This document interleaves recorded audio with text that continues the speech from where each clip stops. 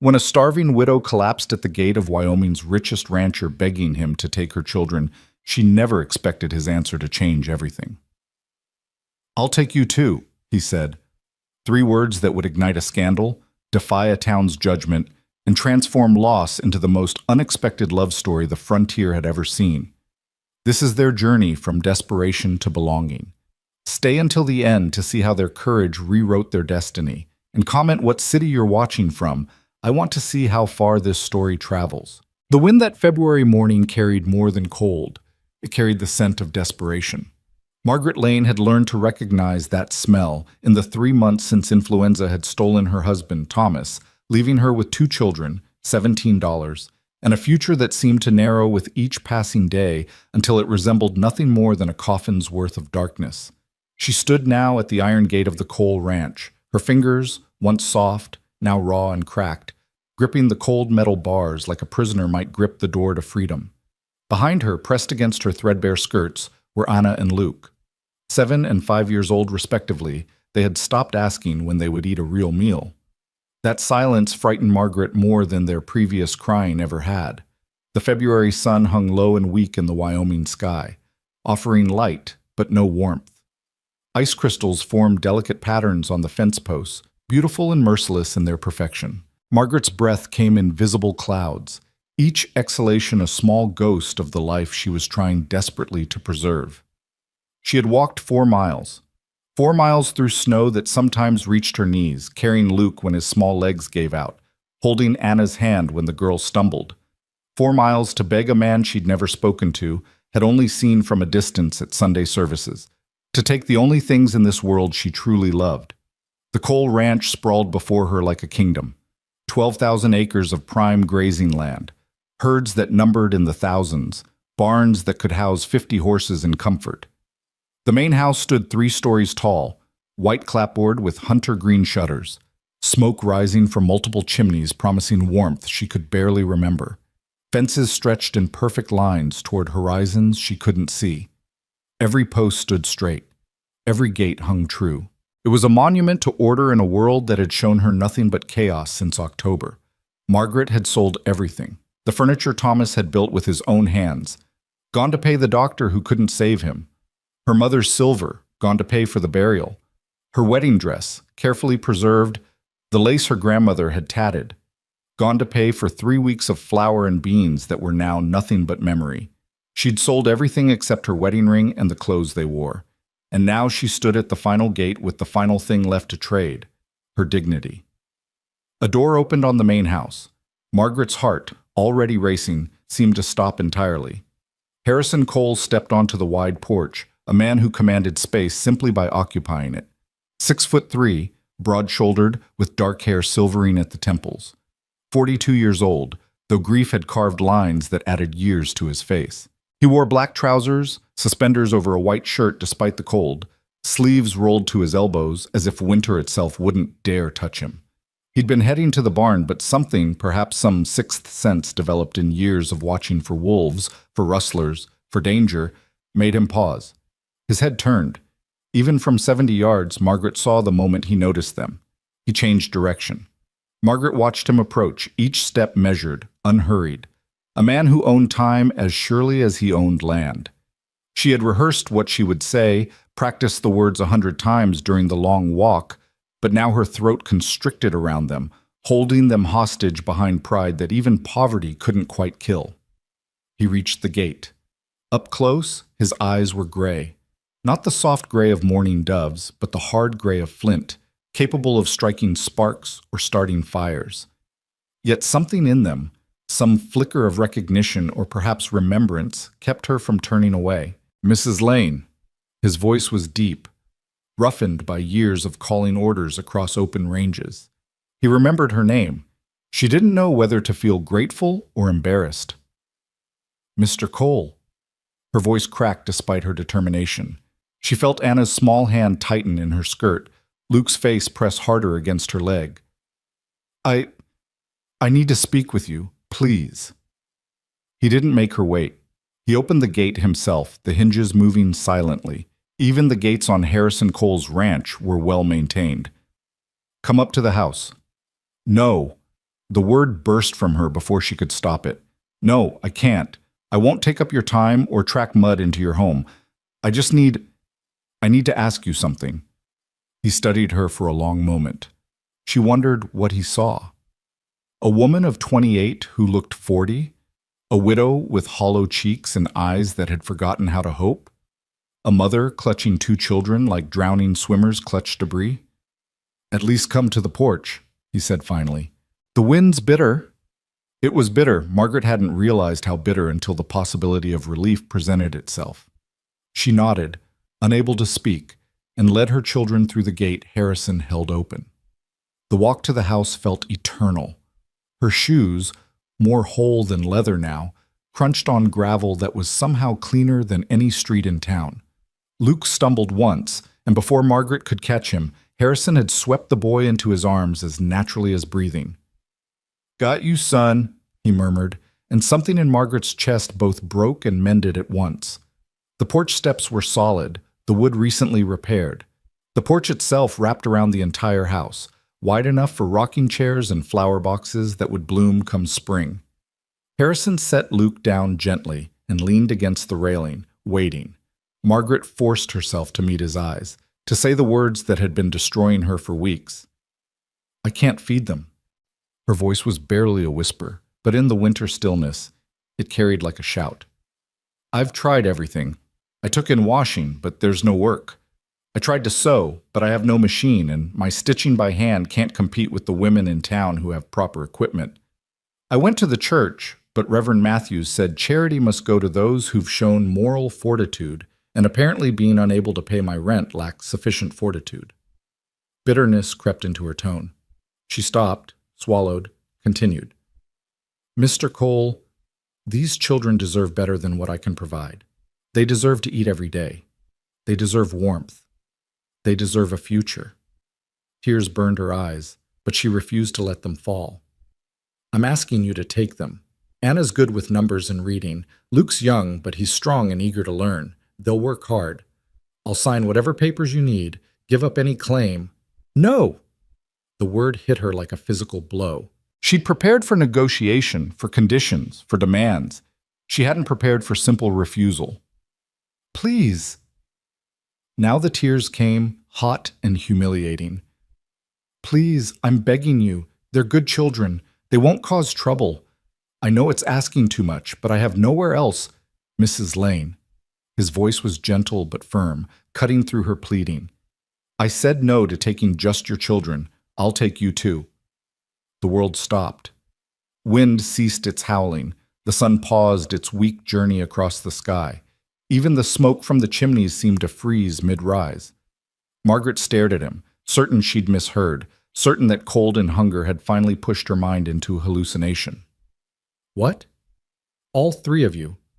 Harrison straightened from the railing, and she realized he was being careful, moving slowly as if approaching a wild creature that might bolt. "Tonight. There's rooms in the east wing that haven't been used in years. Rosa, my housekeeper, she'll get them ready. You'll eat a proper meal, rest. We'll figure out the details tomorrow." I can't. Words failed her entirely. "Sir, I came to ask you to take my children, not to give us charity." "It's not charity." Something flickered across his face, pain, memory, something old and deep. "It's an offer of employment. I need someone to help Rosa with the house, someone to keep my ledgers straight. My last bookkeeper quit 3 weeks ago, and the accounts are a mess. Someone to teach any of the hands who want to learn their letters. Can you do those things?" "Yes." The answer came automatically. "Yes, I can do all of that, but then it's not charity. It's work. Honest work for honest pay, plus room and board." He glanced down at Luke and Anna, who were staring at him with eyes huge as saucers. "These two will earn their keep too. Age-appropriate chores, nothing that'll break them. Anna, you know your numbers?" Anna nodded, mute. "Good. You can help your mother with the accounts. Luke, you like animals?" "Yes, sir." Luke's voice was tiny but eager. "The barn cats just had kittens. They need someone to feed them scraps and make sure they don't get into trouble. Think you can handle that?" "Yes, sir." Now Luke's voice carried genuine excitement. the first Margaret had heard from him in weeks. Margaret's legs suddenly felt unreliable. She reached for the porch railing, gripping it to stay upright. "Mr. Cole, I don't understand. Why would you do this? You don't know us. We're nothing to you. I came here to beg, not to—" "You came here because you're a good mother who'd swallow her pride to save her children."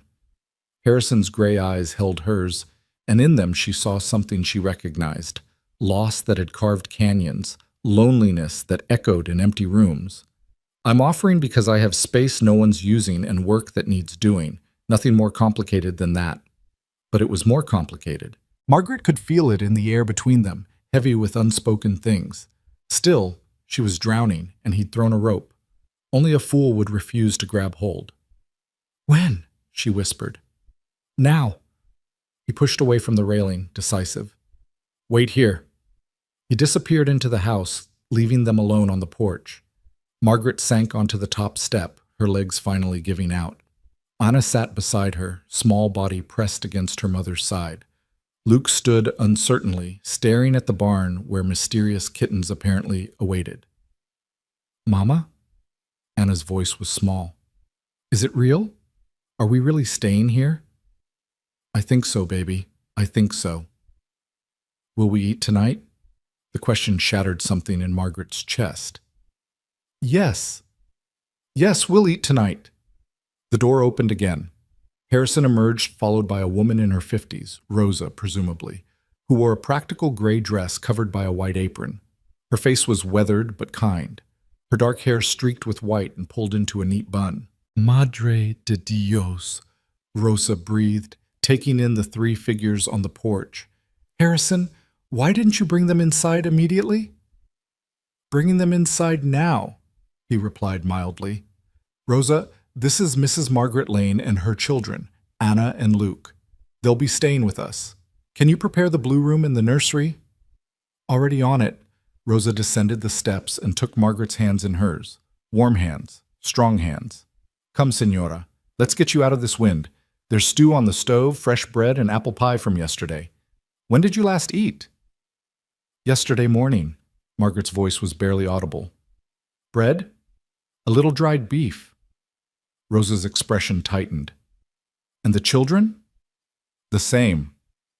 "Idiota," Rosa muttered, whether at Margaret or the world in general was unclear. "Come. Now." She tugged Margaret to her feet with surprising strength and shooed all three of them toward the door. Harrison held it open and they passed through into warmth that felt like absolution. The interior of the house struck Margaret immediately. Not because of its size, though it was large, but because of its emptiness. Oh, the furniture was there. Solid pieces, well-made, expensive. But there was a quality to the space, a sense of rooms waiting for sounds they no longer heard. Pictures hung on the walls, but they were landscapes, careful, neutral choices. No family portraits, no personal photographs, just beautiful, impersonal vistas. A house that had been lived in, but was no longer a home. "This way." Rosa led them through a hallway paneled in dark wood, past a parlor that looked like it had never been used, toward the back of the house where warmth and cooking smells grew stronger.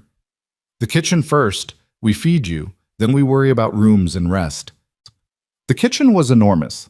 A cast-iron stove that could cook for an army, a work table that could seat 10, copper pots hanging from ceiling hooks catching lamplight and glowing like small suns. But more importantly, on that stove sat a pot of stew that smelled like heaven, and on the table sat a loaf of bread so fresh Margaret could see steam rising when Rosa cut into it. "Sit."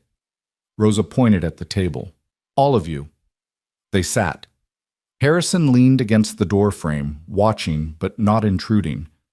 Rosa moved with practiced efficiency, ladling stew into bowls, cutting thick slices of bread, pouring milk from a pitcher so cold condensation beaded on its surface.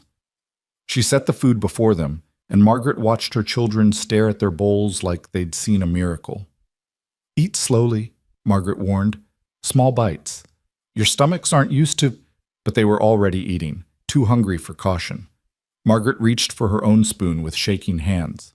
The first bite of stew, rich with beef, potatoes, carrots, herbs she couldn't name, nearly undid her completely. It was food, real food, hot and plentiful, and here.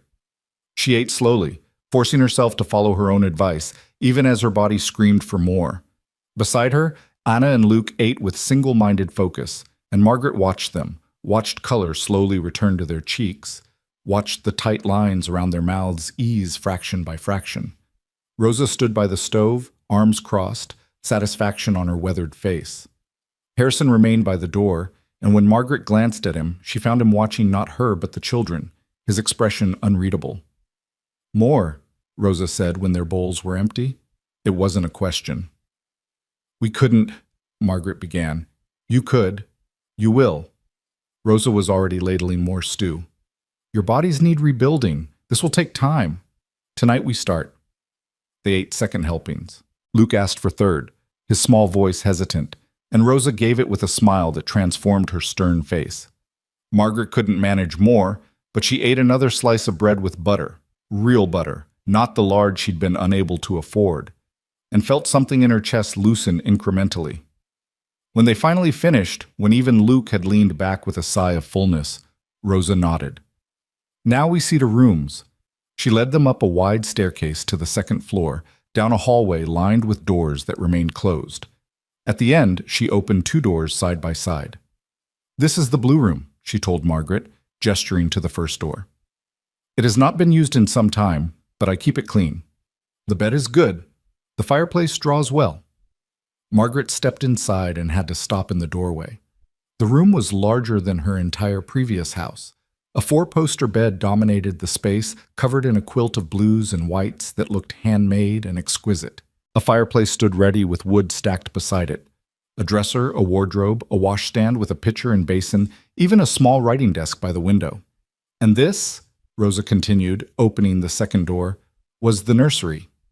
The children's room was equally spacious, but clearly designed for younger occupants. 2 small beds stood on opposite walls, each with its own quilt. A toy chest sat under the window. A shelf held books, their spines bright with color. And in the corner, a rocking horse with painted eyes seemed to watch them enter. Luke walked straight to the rocking horse and touched it with reverent fingers. "Mama, look." "I see, baby." Margaret's throat was too tight for more words. "There are clothes in the wardrobe," Rosa said quietly. "They may need altering, but they will do for now. I'll bring hot water for washing. The privy is downstairs and out back, but there are chamber pots under the beds. Tomorrow, I'll show you everything properly. Tonight, you just rest." "Rosa." Margaret finally found her voice. "Why are these rooms ready? You couldn't have known we were coming." Rosa's expression softened. "I keep many rooms ready, Senora. Harrison, he does not like to see closed doors and dusty spaces. He says a house should always be ready to welcome people, even if people do not come. Even if people do not come." The words hung heavy with implication, with history Margaret didn't know but could sense. "I'll bring the hot water," Rosa said, and left them alone in the nursery. Anna was examining the books, running her fingers along their spines with a wonder that broke Margaret's heart. Luke had climbed onto the rocking horse and was gently making it move, his eyes huge. Neither child seemed able to believe this was real. Margaret couldn't believe it either. She walked back to the blue room, to the window that overlooked the ranch's western pastures. The sun was setting now, painting the snow in shades of pink and gold. Cattle grazed in the distance, dark shapes against white ground. Smoke rose from the bunkhouse where ranch hands would be finishing their own dinner, preparing for another night. This was Harrison Cole's kingdom, a kingdom he'd offered to share with 3 desperate strangers. Why? A soft knock interrupted her thoughts. She turned to find Harrison in the doorway, a stack of folded fabric in his arms. "Night clothes," he said. "Rosa dug them out. They were—" He paused, something crossing his face. "They'll fit." "Mr. Cole." Margaret stepped toward him, needing answers before she could accept this strange salvation. "Please tell me why you're doing this. The truth." He set the night clothes on the bed, taking his time. And when he looked at her, his gray eyes held a weariness that matched her own. 5 years ago, he said quietly, I had a wife named Catherine and a son named Benjamin. Ben was 3 years old. That summer, Scarlet fever came through the county. Catherine got sick first. She died in 4 days. Ben died 2 days after. Margaret's hand rose to her throat. I'm so sorry. Everyone's sorry. His voice held no bitterness, just statement of fact. Sorry doesn't bring them back. Sorry doesn't fill the rooms they left empty. Sorry doesn't stop time from passing while I'm still here and they're not. He moved to the window, stood beside her looking out at the sunset. This house holds 60 people easily. Now it holds 2, me and Rosa. The silence is, he trailed off, shook his head. When I saw you at the gate, saw your children, I heard Catherine's voice. She always said if we were blessed with plenty, we had an obligation to share it. She'd be furious with me for letting this house stay empty while people suffered.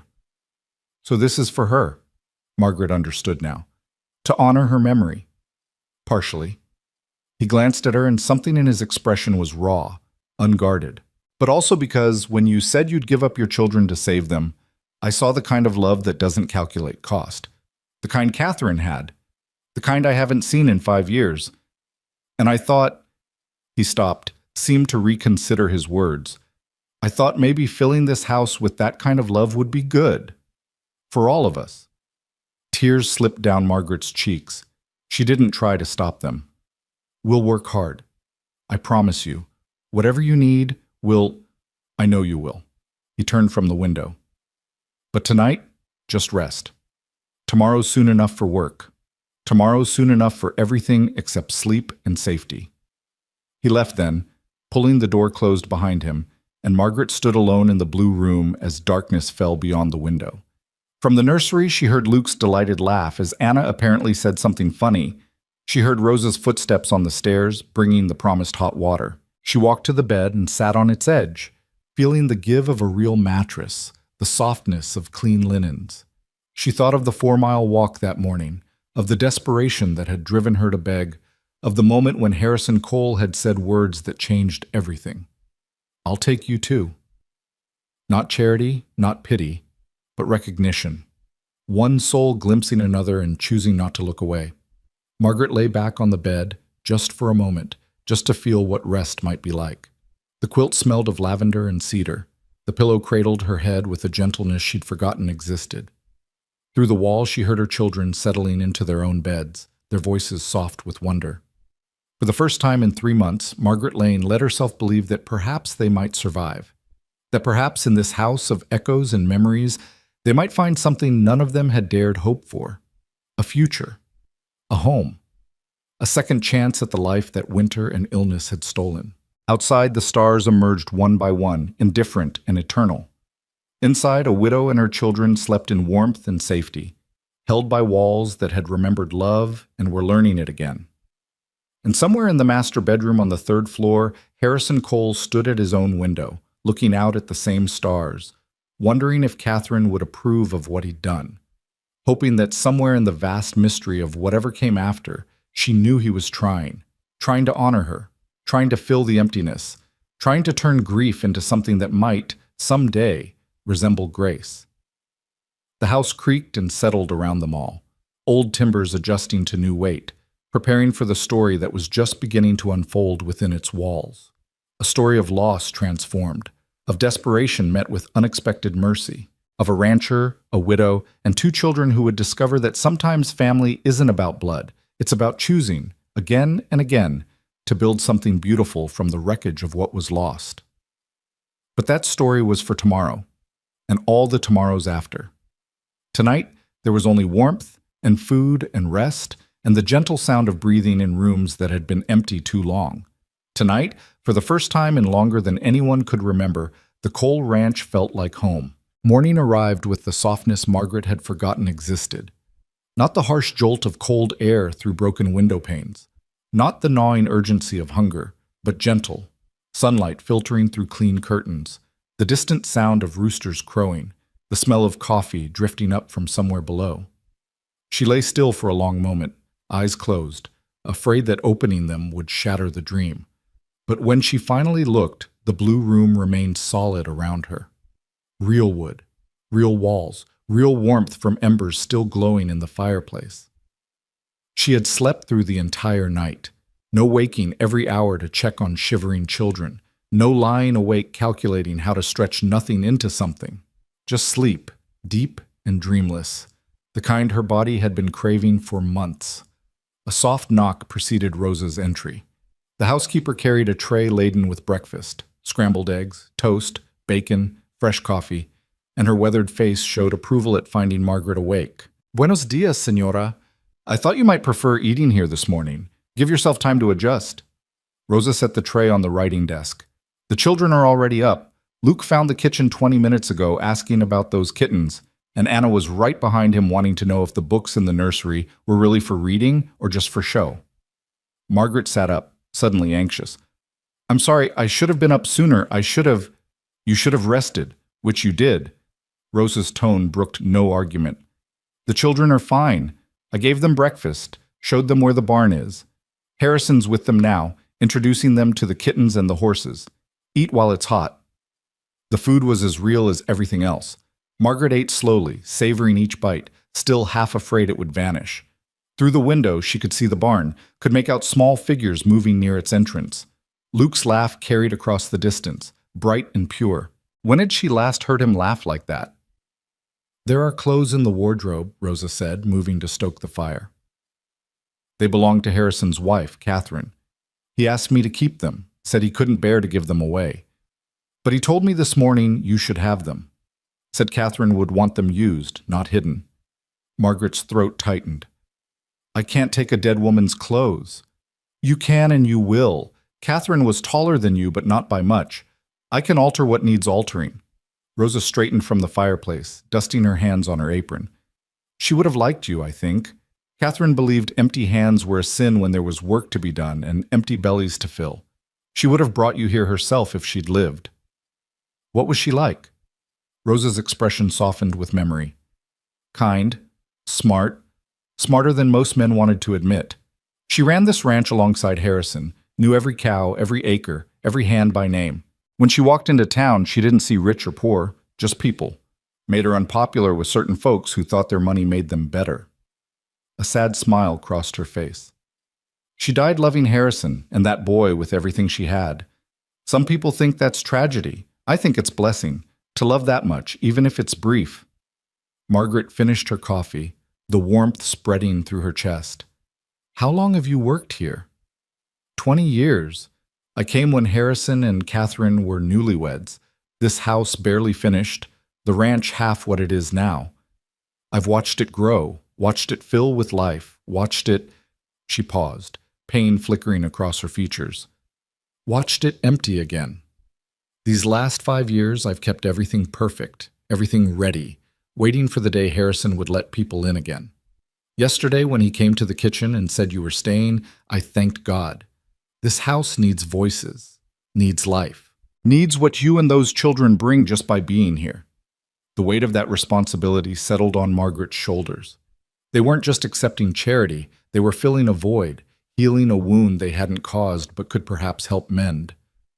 "Rosa, I don't know how to do this. I don't know how to be anything except what I was, a poor widow trying to survive. I don't know how to live in a house like this, how to act around a man like Harrison Cole." "Then don't act." Rosa moved toward the door. "Just be. Be grateful. Be honest. Be yourself. That's all anyone can ask. Now get dressed. Harrison wants to show you the office, explain the bookkeeping. The accounts are a disaster. His last bookkeeper couldn't add 2 and 2 without getting 5. After Rosa left, Margaret approached the wardrobe with trembling hands. Inside hung dresses in various fabrics, wool for winter, cotton for summer, silk for occasions that seemed impossible in her current life. She chose the simplest, a dark blue wool day dress with modest trim. It was 2 long by 3 inches and slightly loose in the shoulders, but it was clean and whole and finer than anything she'd owned even before Thomas died. She dressed slowly, her fingers remembering the feel of quality fabric, the weight of clothing that wasn't threadbare. There was a mirror above the washstand. She forced herself to look. The woman staring back was still gaunt, still marked by months of hardship. But something in her eyes had changed overnight. The desperate hollowness had been replaced by something fragile but present, hope, perhaps, or simply the relief of not being afraid for one morning. She found her way downstairs following the sound of voices. The office was on the main floor, accessed through a door off the main hallway. Harrison sat at a massive oak desk buried under ledgers, receipts, and papers that seemed to have no organizational system whatsoever. He looked up when she entered, and something crossed his face. Surprise, maybe, or recognition. "That was Catherine's favorite dress," he said quietly. "The color matches your eyes." Margaret felt heat rise in her cheeks. "Rosa said I should use them. If it's too painful, I can—" "It's not painful." He stood, gestured to a chair beside the desk. "It's good. They should be worn, not locked away gathering dust. Please sit."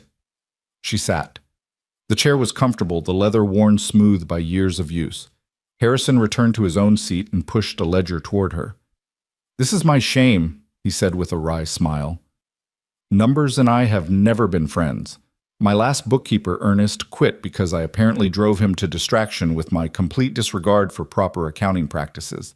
See if you can make sense of it." Margaret opened the ledger and immediately understood Ernest's distraction. Income and expenses were recorded randomly, sometimes by date, sometimes by amount, occasionally not at all. Arithmetic errors appeared every few pages. Cross-references led nowhere. "This is—" She searched for diplomatic words. "A disaster. You can say it." "Challenging." She ran her finger down a column of numbers. "But fixable. It'll take time, but I can reorganize this, create a proper system, reconcile everything against bank statements." "How long?" She considered, mentally calculating the work involved. 2 weeks for the basics, maybe a month to have everything truly in order." Harrison leaned back in his chair, relief visible in his posture. "Ernest said it would take 3 months and cost me $200. Ernest was either incompetent or taking advantage. Margaret's voice held an edge. Numbers didn't lie, and she'd always had a gift for seeing their patterns. "This is straightforward work, just tedious." "Then the job's yours. $15 a week plus room and board." "Too little?" "Too much." The amount staggered her. She'd been making $3 a week taking in washing, and that had dried up. "That's generous to the point of charity." "It's what I paid Ernest, and you're clearly better qualified." "Not charity, value." His gray eyes held hers. "Mrs. Lane, I need you to understand something. I'm not a charitable man. I'm a businessman. I don't make decisions based on sentiment. I'm offering you this position because you can do the work and do it well. The fact that you need the position is secondary. Can you accept that?" Could she? Margaret examined her pride, that stubborn thing that had nearly killed her and her children rather than let her beg. It was still there, still sensitive, but tempered now by pragmatism. "Yes," she said, "I can accept that." "Good." He pulled out another ledger. "Now, let me show you what needs doing, and you can tell me how I've been managing this ranch wrong for 5 years. They worked through the morning, Harrison explaining his system, or lack thereof, while Margaret took notes and began mentally reorganizing everything into coherent structure. He was right that he wasn't good with numbers, but he knew his ranch intimately. He could tell her exactly how many head of cattle grazed in each pasture, which hands were most reliable, what supplies needed ordering and when. The information was all there in his head. It just needed proper recording. Noon arrived with Rosa's call to lunch. They found Anna and Luke in the kitchen, faces flushed from morning adventures, talking over each other in their excitement. "Mama, the kittens are so small. Mr. Cole let me hold one and it fell asleep in my hands." Luke's eyes shone with wonder. "And there's a horse named Daisy who's going to have a baby. And Mr. Cole said maybe we could help name it when it comes." Anna's excitement matched her brother's. Margaret felt her throat tighten watching them. Children again. Not small, silent sufferers, but actual children, excited and chattering and alive. Lunch was soup and sandwiches, simple but abundant. They ate at the kitchen table, Harrison, Rosa, Margaret, and the children, and the conversation flowed easily. Harrison asked Anna about the books in the nursery, listened seriously as she described her favorite. He asked Luke about the kittens, helped the boy remember each one's coloring to distinguish them. He was good with children. The realization struck Margaret with unexpected force, not awkward, not distant, but genuinely engaged, genuinely interested. Whatever grief he carried for his lost son, he didn't let it make him cruel to other children. After lunch, Rosa conscripted the children to help her in the garden, checking what had survived the winter, planning spring planting. Margaret returned to the office, and Harrison showed her where supplies were kept: fresh ledgers, pens, ink, all the tools she'd need. "I should warn you," he said, as she began sorting papers into preliminary piles. "Tomorrow is Sunday. We attend services in town." Margaret's hand stilled. "All of us?"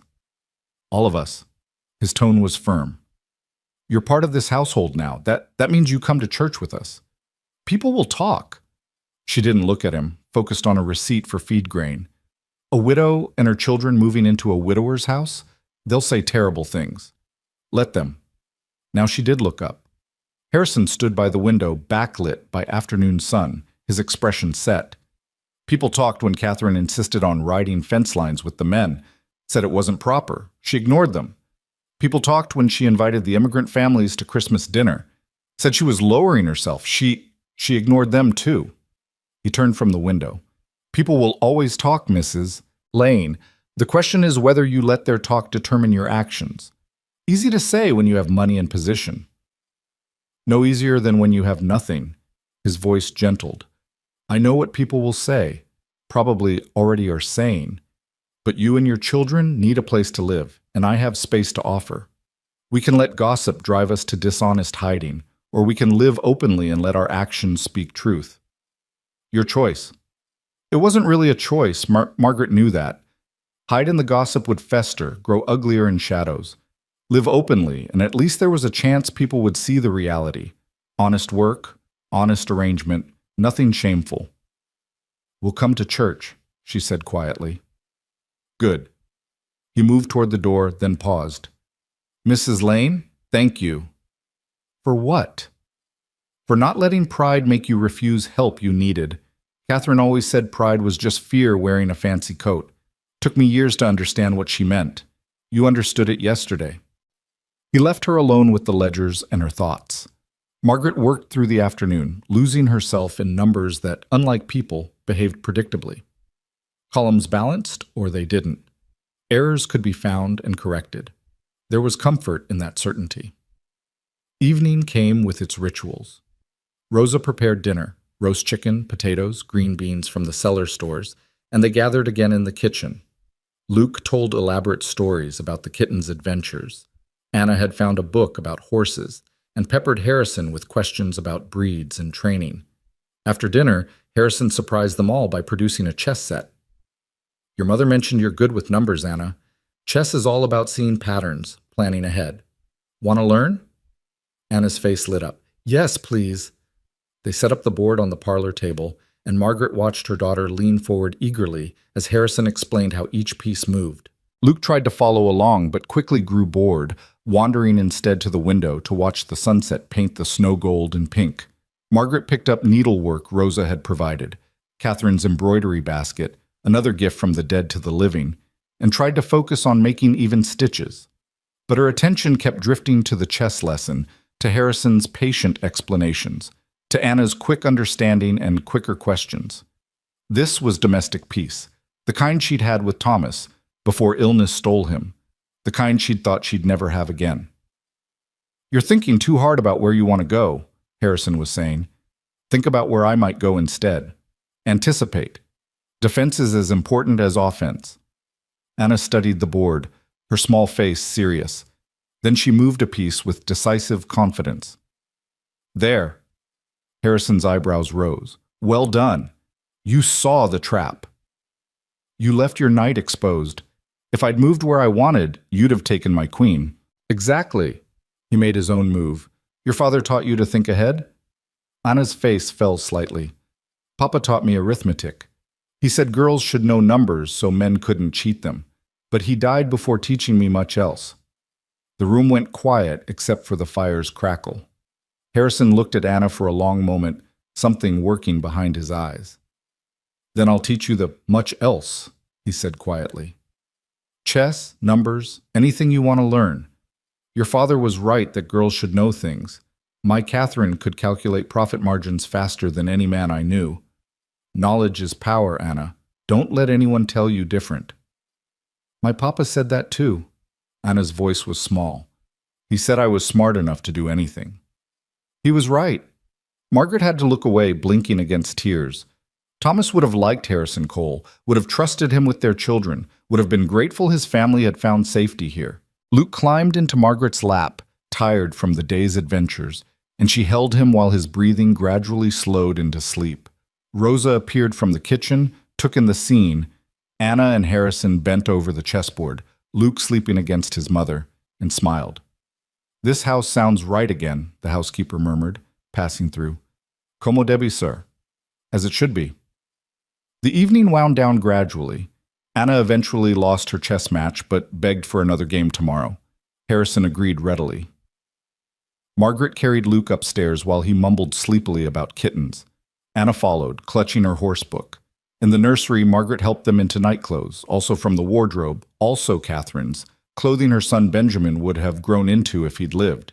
The thought should have been morbid, but instead felt like benediction.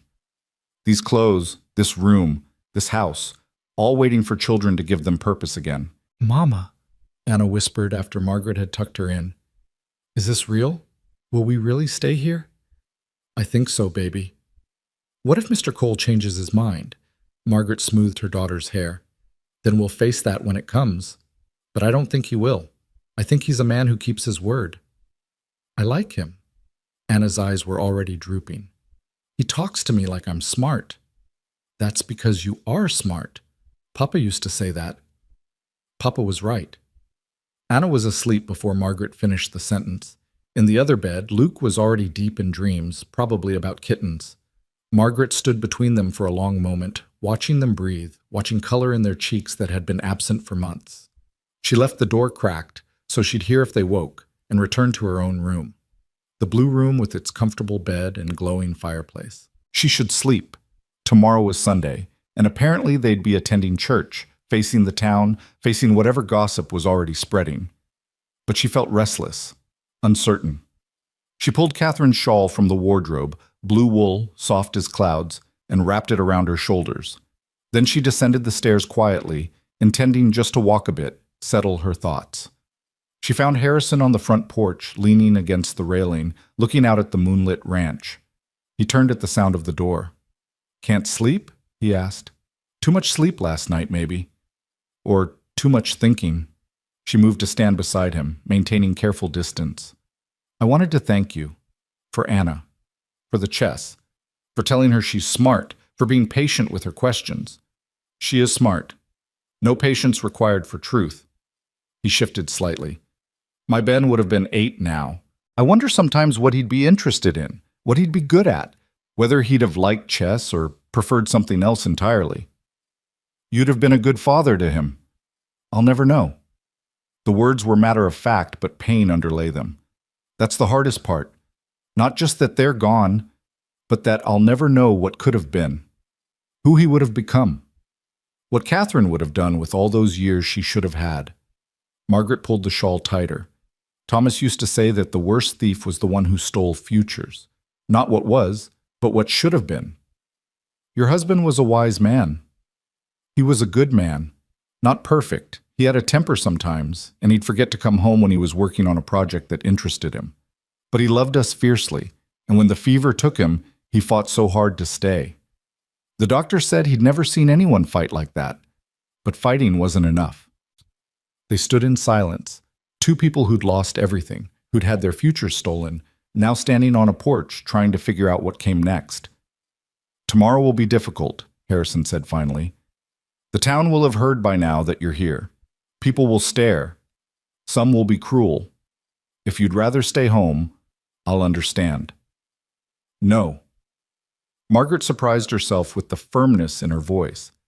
"You said we should live openly, let our actions speak truth. You're right. I won't hide. Won't let my children think there's shame in accepting help when we needed it. There will be shame thrown at you anyway. Let them throw it. I'm tougher than I look." He glanced at her, and something like respect showed in his expression. "Yes, I'm beginning to see that."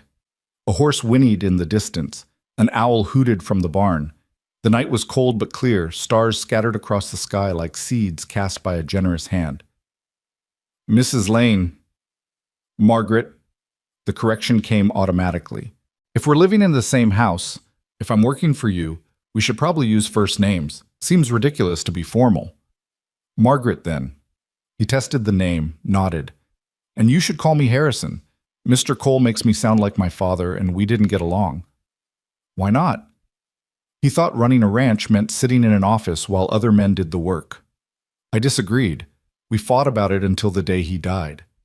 Harrison's mouth quirked. Catherine said I was stubborn. I said I was right. She said those weren't mutually exclusive. Margaret found herself smiling. I would have liked her. She would have liked you too. Would have brought you here herself months ago if she'd known you needed help. Catherine collected people. Anyone struggling, anyone in need. She'd bring them here, find them work, give them a chance. Drove the town ladies crazy. They thought she was naive, taken advantage of. She didn't care. But you stopped after she died. Stopped bringing people here. I couldn't. His voice dropped. Everything reminded me of her. Every person I helped was someone she wasn't here to help. Every kindness I showed felt like betrayal because she wasn't beside me showing it too. So I stopped. Closed the doors, kept everyone out except Rosa. He looked at her directly. Until yesterday. Until I saw you at that gate and heard Catherine's voice in my head saying, "Don't you dare turn them away." I'm glad you listened to her. So am I. The moment stretched between them, neither quite comfortable nor uncomfortable, just present. Real. Two damaged people standing on a porch trying to figure out how to move forward. I should sleep, Margaret said finally. Tomorrow comes early. It does. Harrison straightened from the railing. Margaret? Thank you. For what? For being brave enough to ask for help. For trusting me with your children. For giving this house a reason to be more than a monument to grief. She didn't know what to say to that, so she simply nodded and went inside. Upstairs, she checked on the children, both sleeping peacefully, then returned to the blue room. She removed Catherine's dress carefully, hung it in the wardrobe, and slipped into the nightgown Rosa had provided. The bed welcomed her like an old friend. She sank into its comfort and stared at the ceiling, thinking about tomorrow, about church, about facing people's judgments. But more than that, thinking about Harrison's words, giving this house a reason to be more than a monument to grief. Was that what they were doing? She thought they were simply surviving, accepting charity dressed up as employment. But maybe it was more complicated. Maybe they were all healing each other, filling each other's empty spaces without quite realizing it. The thought should have frightened her. She'd only been here one day, after all, barely knew Harrison Cole beyond his reputation and his unexpected kindness. But instead, she felt something like peace, or at least the possibility of peace, which was more than she'd had in months. Tomorrow they'd face the town, face judgment, gossip, cruelty disguised as concern. But tonight, they had warmth and food and safety. Tonight, her children slept without hunger. Tonight, she could rest without fear. Tomorrow would come regardless. Tonight was enough. Margaret closed her eyes and let sleep take her, held safe by walls that remembered love and were slowly, carefully, learning to hold it again.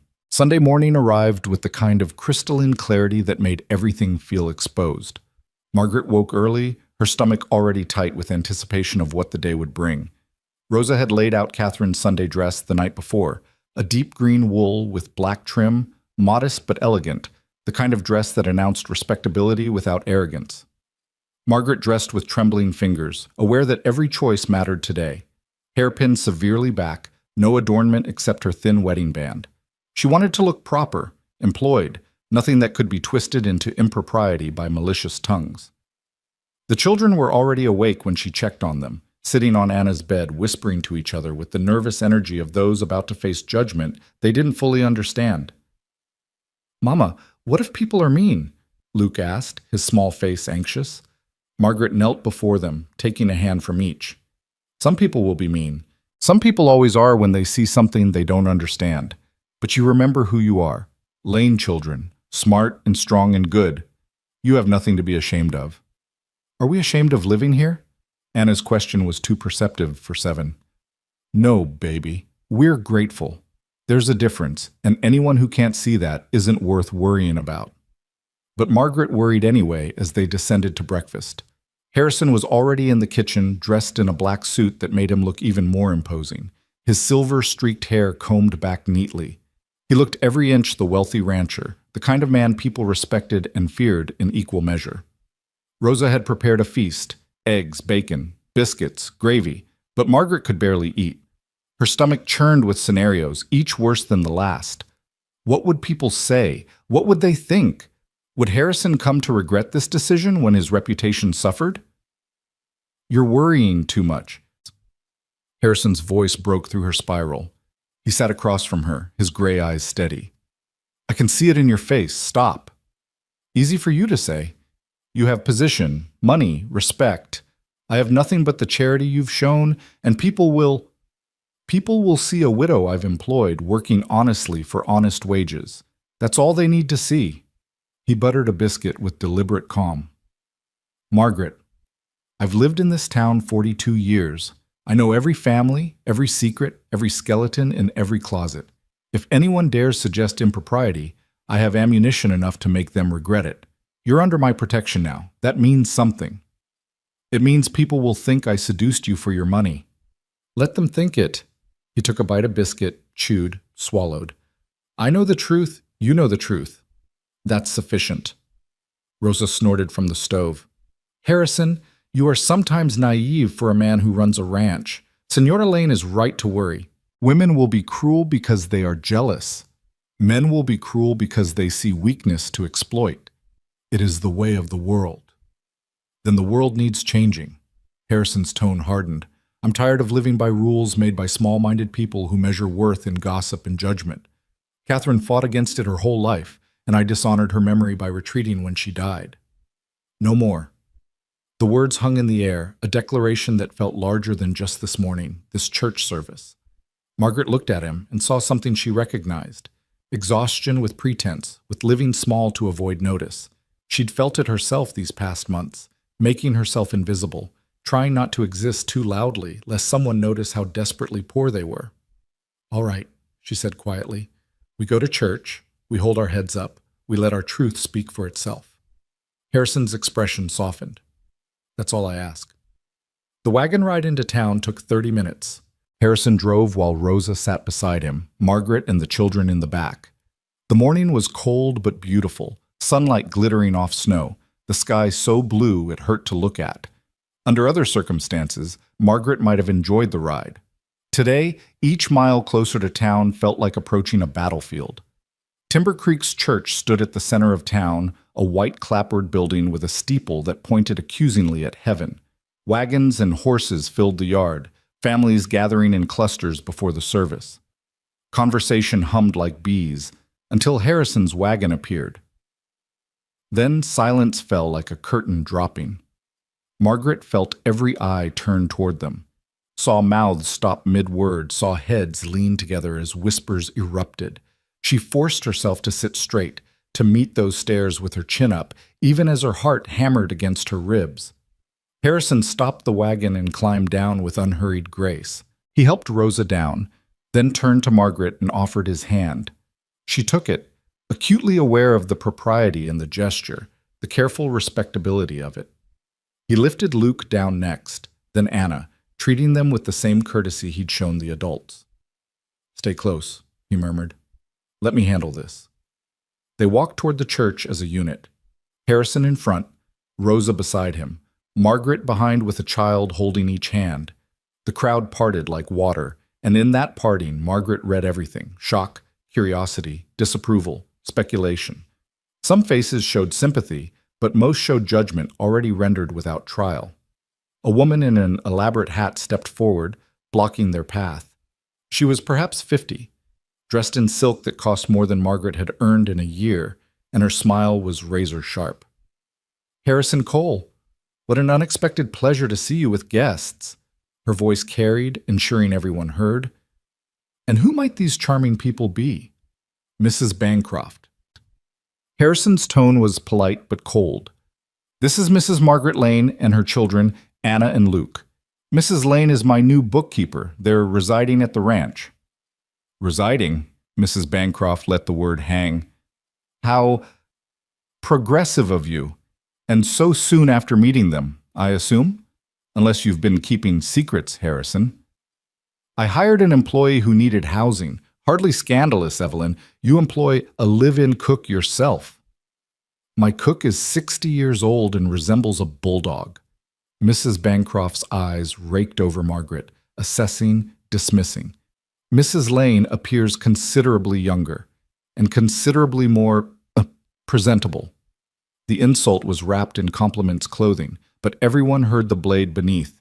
Margaret felt Anna's hand tighten in hers, felt her daughter's tension. Mrs. Lane is a widow raising 2 children alone, Harrison said, his voice dropping to something dangerous. She needed work. I needed a bookkeeper. The arrangement benefits us both. If you're implying something inappropriate, Evelyn, say it plainly so I can address it directly. The threat in his words was unmistakable. Mrs. Bancroft's smile faltered. I'm implying nothing, Harrison. Merely expressing surprise at your sudden philanthropy. You've been quite the hermit these 5 years. Forgive us for being startled by your emergence. Forgiven. Harrison moved forward, forcing Mrs. Bancroft to step aside or be walked through. Now, if you'll excuse us, the service is about to start. They entered the church, and Margaret felt the weight of 100 stairs following them. Harrison led them to his usual pew, third from the front, right side, and they filed in. Margaret found herself between Harrison and Rosa, the children beyond Rosa, and she was grateful for the buffer, for not being entirely exposed. Reverend Matthews emerged from the vestry, a thin man in his 60s with wire-rimmed spectacles, and the bearing of someone who believed his moral authority superseded all others. His eyes found them immediately, and Margaret saw his lips thin with disapproval. The service began with hymns Margaret knew by heart, though her voice came out thin and uncertain.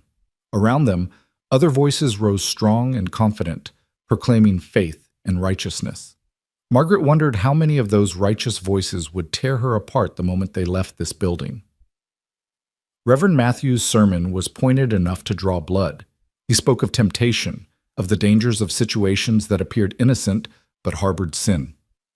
He quoted scripture about avoiding the appearance of evil, about the importance of propriety, about how the righteous must guard against scandal. He never said Harrison's name, never looked directly at their pew, but everyone knew who he meant.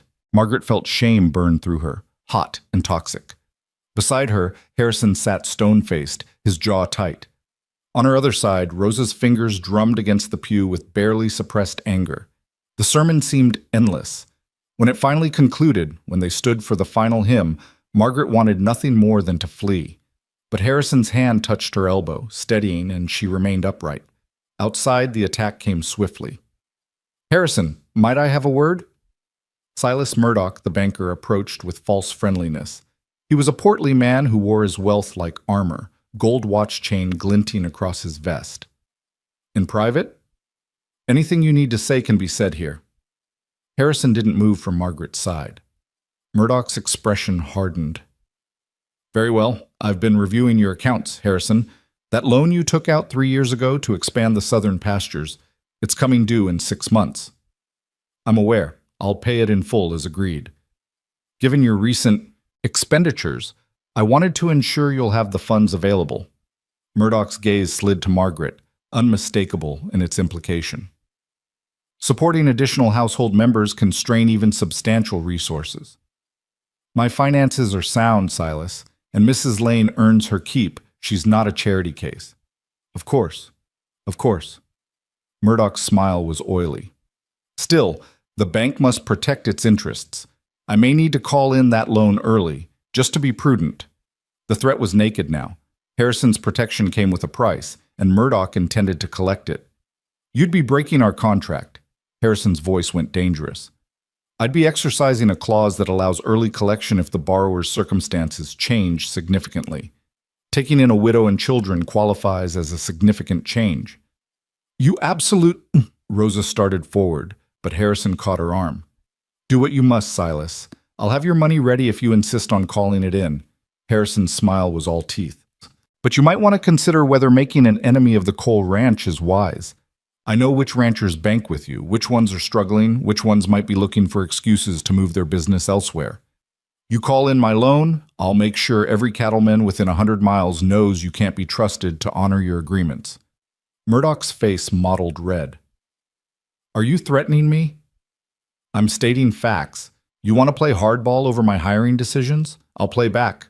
Your choice. They stared at each other, two men measuring wills. Finally, Murdoch stepped back. The loan stands as agreed. For now. He turned on his heel and stalked away.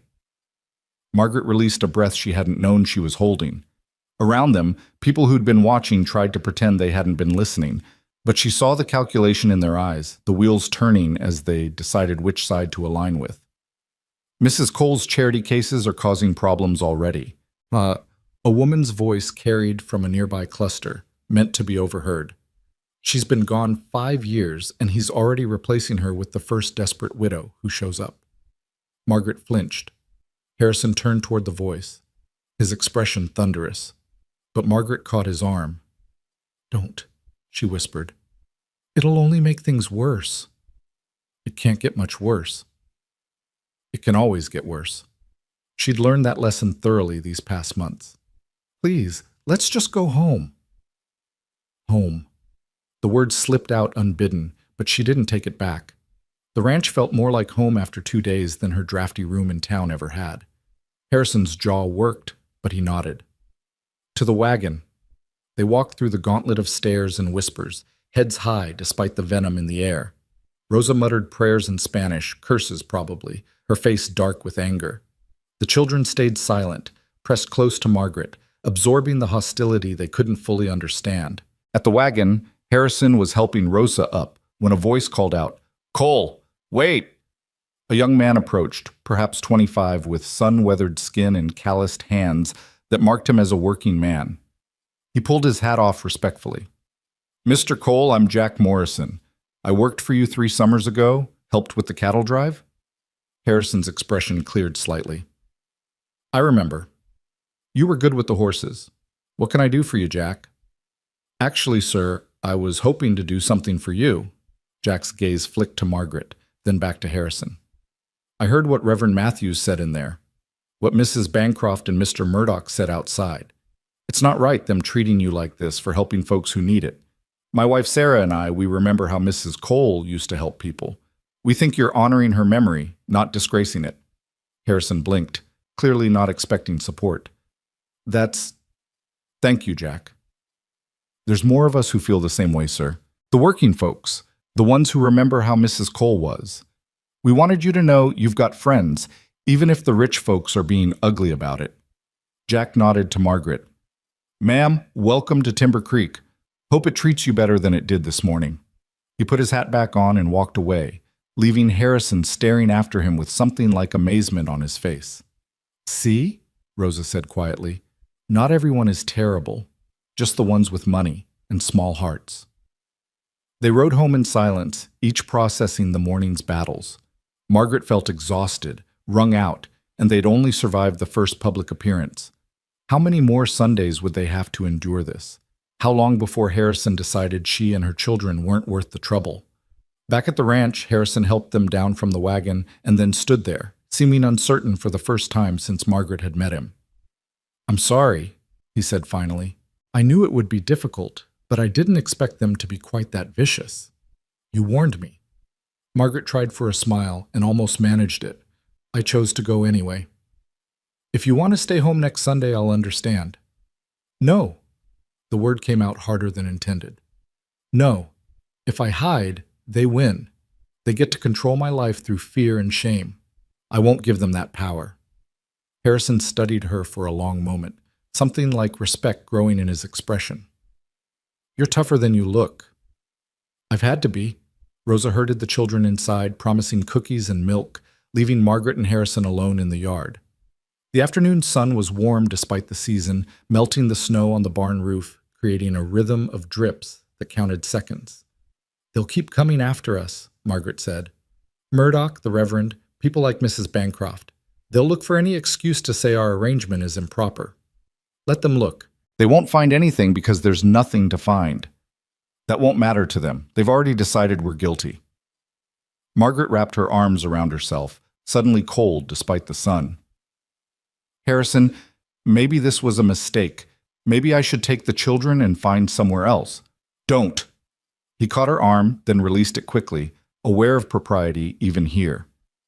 Don't let them drive you away. That's exactly what they want. To punish me for defying their expectations. To punish you for daring to need help. If you leave, they win. But your reputation? My reputation survived burying my wife and son.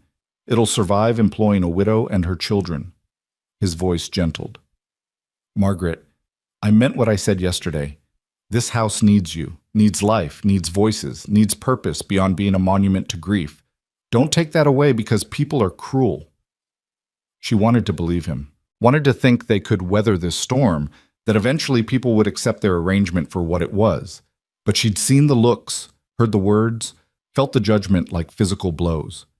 I don't want to ruin you, she whispered. You won't. But even if you could, even if every person in that town turned against me, it would be worth it. He looked toward the house where her children's laughter suddenly rang out. That sound, children laughing in this house, is worth any price they want to charge. Margaret followed his gaze. Through the kitchen window, she could see Luke showing Rosa something, his face animated with excitement. Anna sat at the table, already absorbed in a book. Normal, happy, safe. All right, she said. We stay. But Harrison, if this gets worse, if they threaten your business or try to take the ranch, then I'll deal with it. That's my problem, not yours. Your only job is to balance my disastrous books and keep those children happy. Can you do that? Yes? Then we're settled. He started toward the barn, then paused.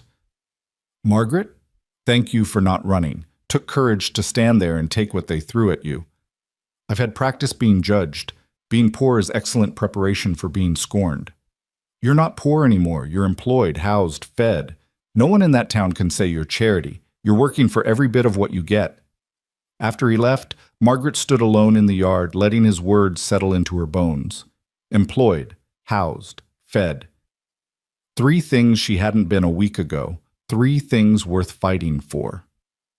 She went inside and found the children with Rosa in the kitchen, decorating cookies Rosa had made. Stars and hearts and circles, covered in sugar and cinnamon.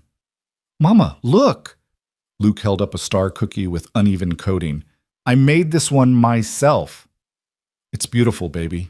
She kissed the top of his head, breathing in the scent of little boy and sugar. Mrs. Rosa said we can take cookies to the barn cats tomorrow, Anna reported, and maybe the horses too if Mr. Cole says it's all right. I'm sure he will. Margaret accepted a cookie from Rosa, warm, sweet, perfect, and let the moment wrap around her.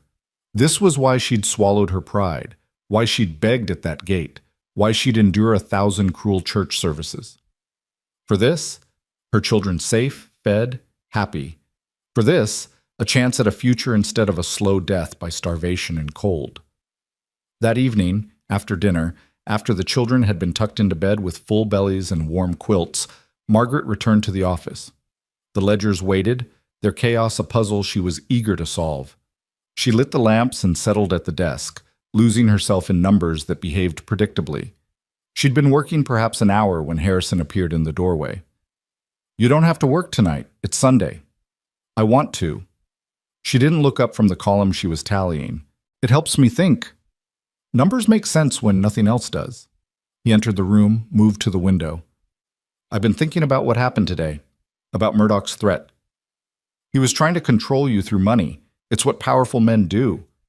Margaret finished her addition, made a note in the margin. My father used to say that debt was just slavery with better paperwork. Your father sounds like he was a wise man. He was a bitter man who drank too much and died owing more than he owned. But occasionally, between the bottle and the bitterness, he'd say something worth remembering. She set down her pen, finally looking at him.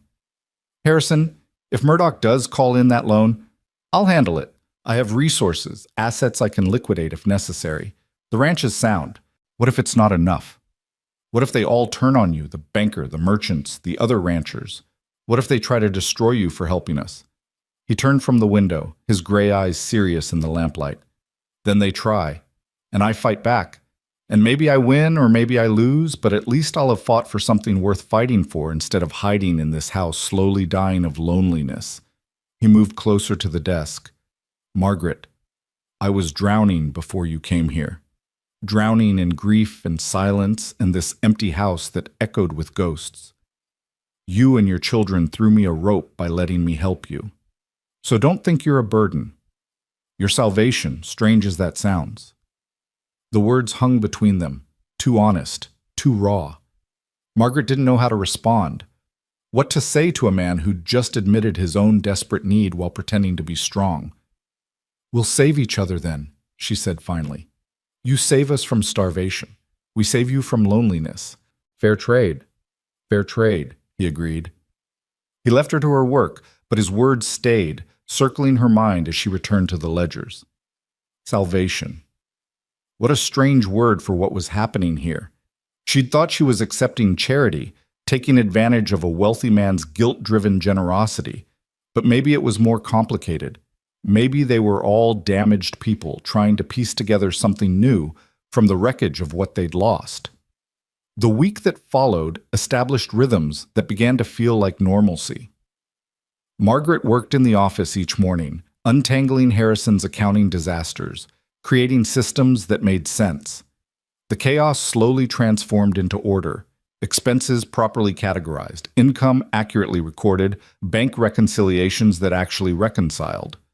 Harrison spent his days managing the ranch but checked in regularly, asking questions about the accounts, learning the systems Margaret created. He was quick to understand once things were explained properly, and she realized his problems with bookkeeping stem not from inability, but from lack of structure.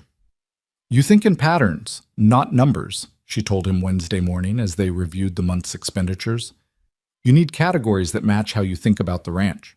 Feed costs, labor costs, maintenance costs, everything divided by purpose, not by date. That makes sense. He studied the new ledger she'd created, organized exactly as she'd described. Ernest kept trying to force me to think chronologically, made my head hurt. Different minds work differently. A good system accommodates the user, not the other way around. The children thrived. Luke spent hours in the barn with the cats, the horses, any animal that would tolerate his enthusiastic attention. Anna divided her time between books and helping Margaret with the accounts, her quick mind grasping mathematical concepts with ease that suggested she'd inherited her father's gift for numbers. In the evenings, Harrison continued teaching Anna chess. The games grew more complex as she learned strategy, and Margaret would sit nearby with needlework, listening to their conversation about gambits and sacrifices and thinking 3 moves ahead. Life's like chess, Harrison told Anna Thursday night after she'd pulled off a particularly clever move. Not about being stronger or faster, but about being smarter, seeing what others miss, planning ahead. Papa used to say something similar, Anna replied, studying the board. He said poor people had to be smarter because they couldn't afford mistakes. Harrison was quiet for a moment. Your father was right, and you're smart, Anna. Don't ever let anyone tell you different because you're a girl or because you've been poor. Intelligence doesn't care about gender or bank accounts. Anna looked up at him with such trust, such hope, that Margaret had to turn away, blinking against tears. Her daughter had been so lost after Thomas died, so quiet and scared. To see her coming back to life, daring to hope again, was almost painful in its beauty. Friday brought new challenges. 2 ranch hands quit, announcing they wouldn't work for a man who kept inappropriate company.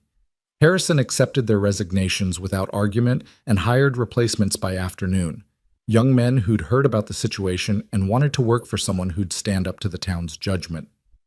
Good riddance, Rosa declared, kneading bread dough with violent enthusiasm. Those 2 were lazy anyway, always complaining, never working hard. The new ones have fire in their eyes. They will do better. Saturday, Margaret ventured into town alone to buy fabric and thread. Rosa needed a new apron, and Margaret wanted to attempt altering some of Catherine's dresses to fit properly. She took the wagon, her heart hammering as she approached Timber Creek's main street. The general store fell silent when she entered. Mrs. Patterson behind the counter looked up, and her expression went carefully neutral. Mrs. Lane, what can I do for you? I need fabric for an apron. Cotton, something durable, and thread, needles if you have good ones. Mrs. Patterson moved to gather the items, and Margaret browsed, acutely aware of the other women in the store watching her. Their whispers were barely concealed, and fragments reached her ears. Shameless, living in sin. Poor Catherine must be rolling in her grave. Those children, exposed to such immorality. Margaret's hands trembled as she examined fabric, but she kept her head high, refused to scurry away like something shameful. This should do. Mrs. Patterson laid items on the counter. Her voice was cool but not cruel. That'll be $3.20. Margaret counted out the money carefully. Wages Harrison had paid her that morning, her first honest earnings in months. The bills felt substantial in her hands, proof that she was working, earning, not just accepting charity. As she gathered her purchases, a young woman approached, perhaps 20, with kind eyes and a worn but clean dress. Mrs. Lane, I'm Sarah Morrison, Jack's wife. He told me about meeting you Sunday. I remember. Thank you for your husband's kind words. He meant them. Sarah glanced around, lowering her voice. Most of us working folks, we think what Mr. Cole's doing is right and good. It's the rich ones with too much time and too little heart who are causing trouble. Don't let them drive you away. I won't. Margaret felt something loosen in her chest. Thank you, Mrs. Morrison. Sarah, please. And if you ever need anything, someone to talk to, help with the children, anything, you come find me. We're at the little house past the mill, the one with blue shutters.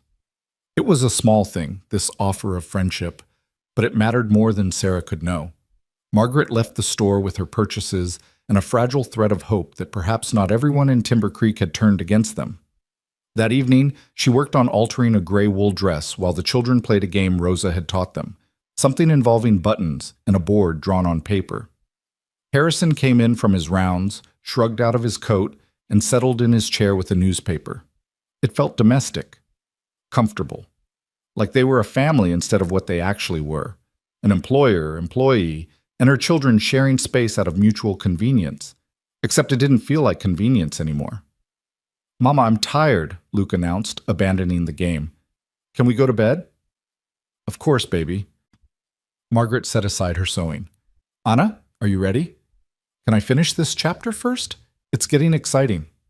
10 more minutes, then up you go. Margaret shepherded Luke upstairs, helped him into his nightclothes, listened to his rambling account of the day's adventures with the barn cats. When she tucked him in, he looked up at her with eyes that were finally clear of fear and hunger. Mama, are we going to stay here forever? I don't know about forever, baby, but for now, yes. We're staying. Good. I like it here. Mr. Cole's nice, and Mrs. Rosa makes good cookies, and the kittens are growing so fast. I like it here, too. She kissed his forehead and returned downstairs for Anna, who grudgingly marked her place in the book and followed her mother up. After Anna was settled, Margaret returned to the parlor to find Harrison still reading his newspaper, the fire crackling softly. They settled? He asked without looking up. Out like candles. Margaret resumed her seat and picked up the dress. Luke asked if we're staying forever. What did you tell him? That we're staying for now. I didn't know what else to say. Harrison lowered the newspaper, his gray eyes serious. You can stay as long as you want. I thought that was understood. Nothing's certain in this world. I learned that when Thomas died. Fair enough. He folded the paper precisely, set it aside. But Margaret, for what it's worth, I hope you stay a long time. This house is better with you in it. The words should have been simple. Employer to employee, gratitude for services rendered. But something in how he said them, some quality in his voice, made them feel like more. Margaret focused on her sewing, pulling thread through fabric, not trusting herself to look at him. The accounts will be fully organized in another week. After that, it's just maintenance, daily entries, weekly reconciliations, not enough to justify full-time employment. Then we'll find other work. Rosa needs help with preserving when the garden comes in. The library needs cataloging. There's always something. He paused. Unless you want to leave? Feel obligated to go once the bookkeeping's done? No. The answer came quickly, honestly. No, if you'll have us, we'd like to stay. Then it's settled. but nothing felt settled. Everything felt precarious, balanced on the edge of something Margaret couldn't name. She finished the seam she was working on and bit off the thread, holding the dress up to examine her work. "That was Catherine's favorite dress for everyday wear," Harrison said quietly. "She wore it until it was threadbare, then wore it some more. Said comfortable trumped fashionable every time. She had good taste. The cut is simple but elegant. She'd be glad it's being used. She hated waste." He stood, stretched. "I should turn in. Early morning tomorrow. The cattle in the north pasture need checking." "Harrison?" She stopped him before he could leave. "Thank you. For everything. For the work, the home, the patience with my children. For not letting what people say change your mind about us being here. No thanks necessary. You've earned everything you've gotten." He smiled, and it transformed his face from handsome to something warmer. "Sleep well, Margaret." After he left, Margaret sat alone with the dress in her lap and the fire slowly dying. Through the window, she could see stars scattered across the black sky, indifferent witnesses to human struggles. Tomorrow was another Sunday, another church service, another gauntlet of judgment to run. But tonight, in this house that was slowly becoming home, she felt something she hadn't felt in months. Not just safety or relief, but the tentative, fragile possibility of joy. It wouldn't last. Nothing ever did. Life had taught her that lesson too thoroughly to forget. But for now, for this moment, she let herself feel it anyway. The possibility of joy, the beginning of healing, the slow, careful construction of something new from the ruins of what was lost. She finished her sewing and climbed the stairs to bed, passing the children's room where they slept peacefully, passing Harrison's closed door where lamplight showed beneath, and entering her own blue sanctuary where a fire had been laid and blankets turned down. Rosa's work, those small kindnesses that said, "You belong here." Margaret undressed and slipped between clean sheets, and for the second night in a row, she let herself hope. Hope was dangerous. Hope could hurt when it proved false. But hope was also the only thing that made survival worth the effort. So she hoped, there in the darkness, that maybe this strange arrangement could last, that maybe they could weather the town's judgment, that maybe, just maybe, broken people could build something whole together. Outside, the wind picked up, whistling around the eaves, but inside, the house held firm, sheltering all who dwelt within its walls. The second Sunday came too quickly. Margaret woke with that familiar knot in her stomach, the one that had become her constant companion before church services. But this time, something was different. She could hear voices downstairs, not just Harrison and Rosa, but others. Male voices, unfamiliar, mixed with the clink of coffee cups and the scrape of chairs. She dressed quickly and descended to find the kitchen full of ranch hands. 6 men stood around the table, hats in hands, looking uncomfortable but determined. Jack Morrison was among them, along with faces she'd seen working around the ranch all week. "Mrs. Lane." The oldest of them, a weathered man with gray streaking his dark beard, nodded respectfully. "I'm Tom Brennan, foreman here. We wanted to speak with you and Mr. Cole before church." Harrison stood by the stove, arms crossed, his expression unreadable. Rosa was pouring coffee with more force than necessary, her mouth set in a grim line. "What's this about?" Margaret asked, though dread already told her the answer. "We heard talk in town yesterday," Tom said carefully. "Some of the merchants, they're planning something for today. Planning to make a scene at church, maybe try to get Reverend Matthews to publicly condemn the situation here." Margaret's hands went cold. "Condemn what situation? I'm employed here, that's all."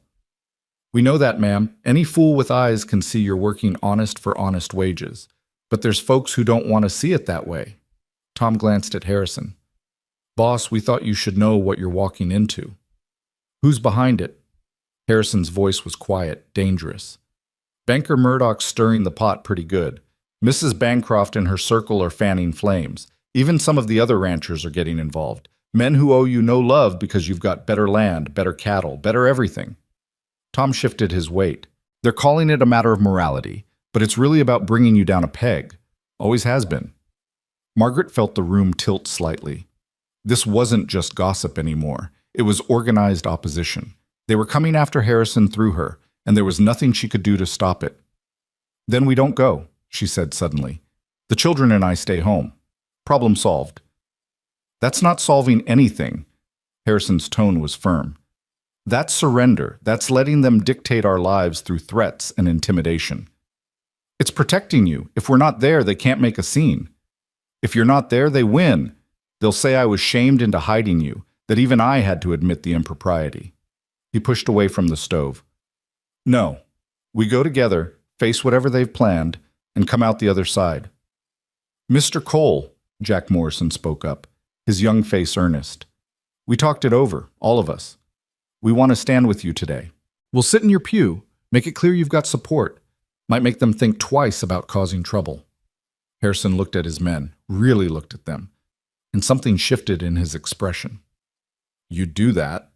Risk alienating the town on my account? Your account, sir?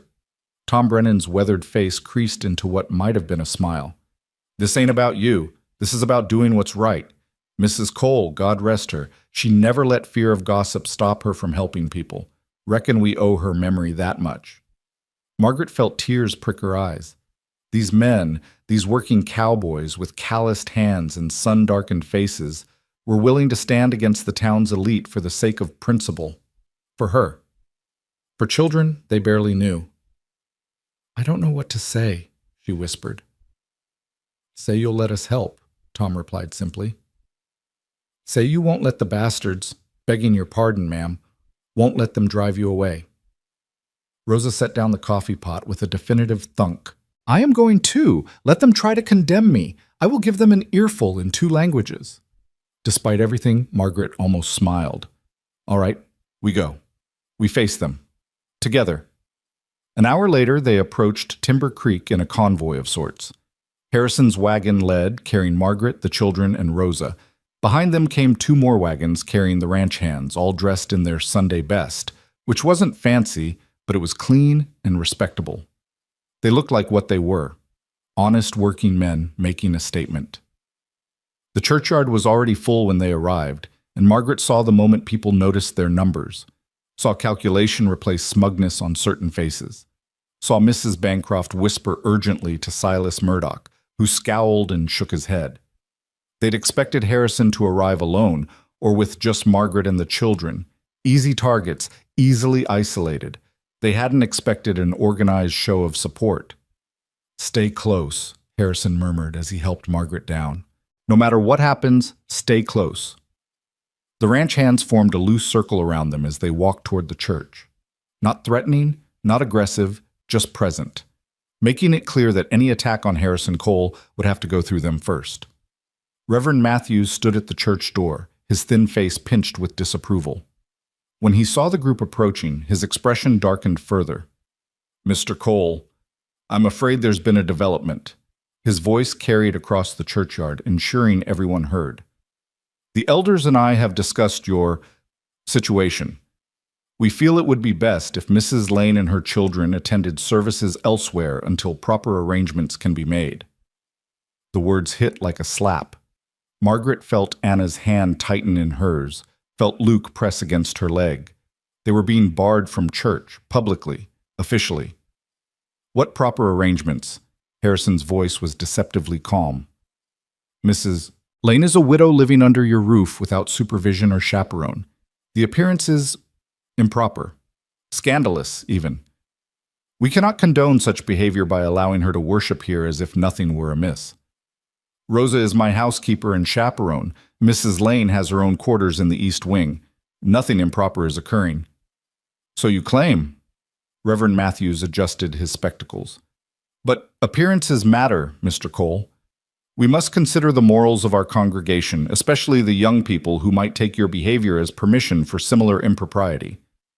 What you're considering, Harrison said quietly, is punishing a widow and her children for the crime of being poor and accepting help. That's not morality, Reverend. That's cruelty dressed in religious clothing. A murmur ran through the crowd, some approving, some shocked at Harrison's directness. I will not be lectured on morality by a man who... Reverend Matthews began, but Tom Brennan interrupted. Reverend, begging your pardon, but you're being a hypocrite. The foreman's voice was rough but clear. Jesus spent his whole ministry helping the poor, the widowed, the orphaned. And here you are turning them away from God's house because rich folks think it looks bad. Pretty sure there's a Bible verse about that, something about camels and needles. Nervous laughter rippled through some of the crowd. Reverend Matthew's face flushed red. How dare you presume to tell me? I dare because someone needs to. Tom stepped forward, other ranch hands behind him. We work for Mr. Cole. We see what happens at that ranch. Mrs. Lane works harder than any bookkeeper he's ever had. Those children do chores, mind their manners, cause no trouble. There's nothing scandalous happening except in the minds of people who can't stand seeing someone get help without suffering for it. This is not a debate, Reverend Matthew's voice rose. The elders have decided. Mrs. Lane and her children are not welcome until... Then I'm not welcome either. Harrison's words cut through the chaos. If you bar them, you bar me. Simple as that. Silence fell like snow. Margaret stared at Harrison, unable to process what he'd just said. He was giving up his church, his place in the community, for them? Harrison, no, she whispered. You can't. I can and I am. He didn't look at her, kept his eyes locked on Reverend Matthews. You want to punish someone? Punish me. But you don't get to hurt a woman and children who've done nothing wrong except survive in a world that tried to kill them. You're making a mistake. Reverend Matthews' voice had gone cold. The church is the foundation of this community. Without it, I'll find God somewhere else. Pretty sure he's not limited to buildings run by men more concerned with appearances than with mercy. Harrison turned to the crowd. Anyone else who's tired of this kind of Christianity is welcome to worship at the Cole Ranch. Every Sunday, 10 o'clock. Rosa will make coffee. We'll read scripture, sing hymns, and actually try to live like Jesus taught instead of just talking about it. The challenge hung in the air. Margaret watched faces in the crowd, shock, calculation, approval, fear. Watched Silas Murdoch's expression twist with rage. Watched Mrs. Bancroft's mouth open and close like a fish, and watched Sarah Morrison step forward, her husband Jack beside her. We'll be there, Sarah said clearly. Count us in. Us too, called a woman Margaret didn't know, older, with work-worn hands and a kind face. And me, added a young man, barely 20, with the look of a farmer's son. One by one, people stepped forward, not many, maybe a dozen all told, but enough to make a statement, enough to show that Harrison Cole wasn't as isolated as his enemies hoped. Reverend Matthews saw his congregation fracturing before his eyes. You're all making a terrible mistake. The church will not forget this. Neither will we, Harrison replied. Come on, let's go home. They walked back to the wagons in a stunned silence.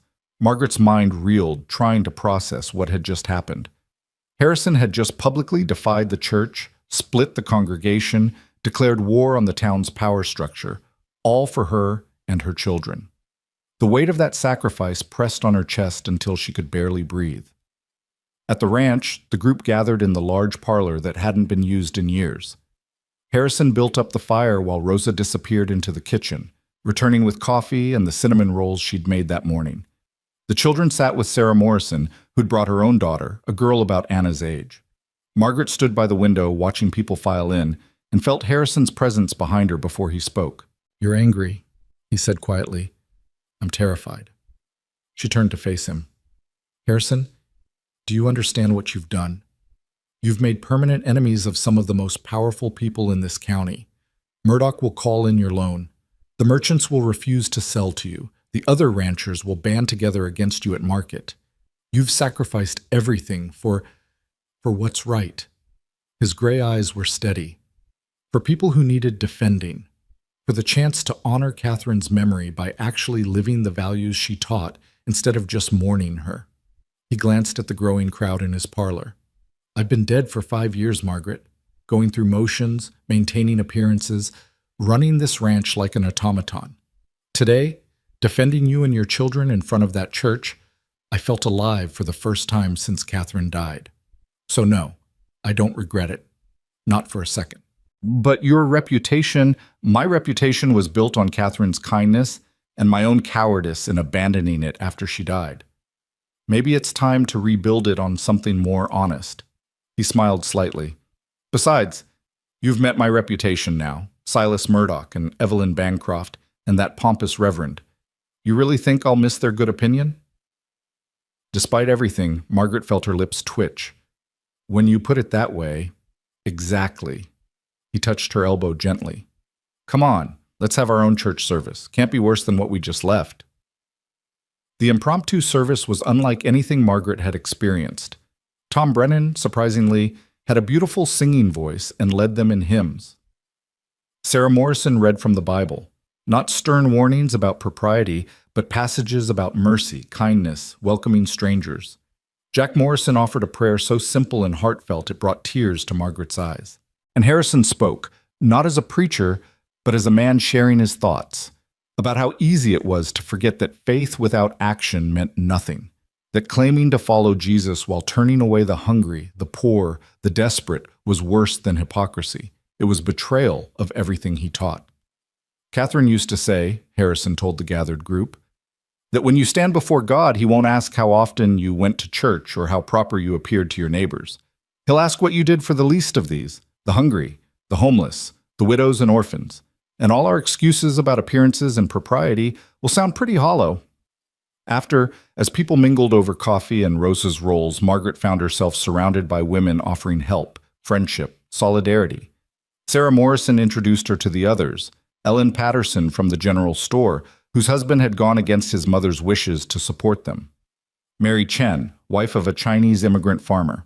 Julia Brennan, Tom's wife, who'd raised 8 children and had advice for everything. Don't you worry about those church ladies, Ellen said firmly. They've got too much money and too little to do except judge others. Those of us who work for a living, we know the value of helping folks who need it. I just don't want Harrison to suffer because of us, Margaret admitted. Harrison's suffering ended the day you walked through his gate, Julia Brennan said bluntly. I've known that man 20 years, watched him build this ranch with Catherine, watched him bury her and that sweet boy, watched him die inside for 5 years. Last week, I saw him smile, really smile, for the first time since they passed. That's because of you and those children. Anyone who can't see that isn't worth worrying about. The words settled into Margaret's chest, warm and reassuring. Maybe this would work. Maybe they could build a community here, independent of the town's approval. The guests left around noon, promising to return next Sunday, offering help if needed. The ranch hands drifted back to their work. Finally, only the core household remained: Harrison, Rosa, Margaret, and the children. That was unexpected, Rosa said, gathering coffee cups. But good, very good. Mama, can Sarah's daughter Emma come over to play sometime? Anna asked, her face hopeful. I'm sure we can arrange that. And Mr. Cole, can I really help name the foal when it's born? Luke was practically vibrating with excitement. Absolutely. In fact, I think Daisy's getting close. Might be any day now. The children ran off to discuss possible names, their voices fading toward the kitchen. Rosa followed with her tray of cups, leaving Margaret and Harrison alone in the parlor. Thank you, Margaret said softly, for what you did today. What you gave up. I didn't give up anything worth keeping. He moved to the window, looking out at his ranch. But Margaret, you need to understand this isn't over. Murdoch and his faction won't let this go. They'll come after me harder now, try to make an example, show people what happens when you defy them. Then maybe we should leave, go somewhere else, start fresh where no one knows us. Running never solved anything. He turned to face her. Besides, this is my home, my ranch. Catherine and Ben are buried on that hill behind the house. I won't abandon them or let bullies drive me away from the only place I've ever belonged. Even if it cost you everything? I already lost everything 5 years ago. Whatever I have now is borrowed time, bonus years I never expected to see. If I spend them fighting for something worthwhile, that's better than the alternative, hiding in this house, slowly suffocating on grief and silence.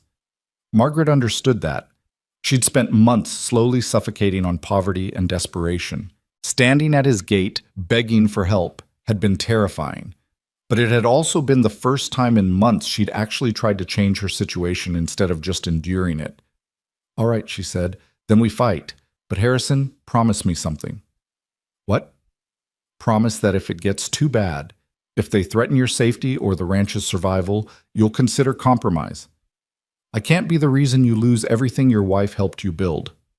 He studied her for a long moment. I'll consider it. But Margaret, you need to make me a promise too. What's that?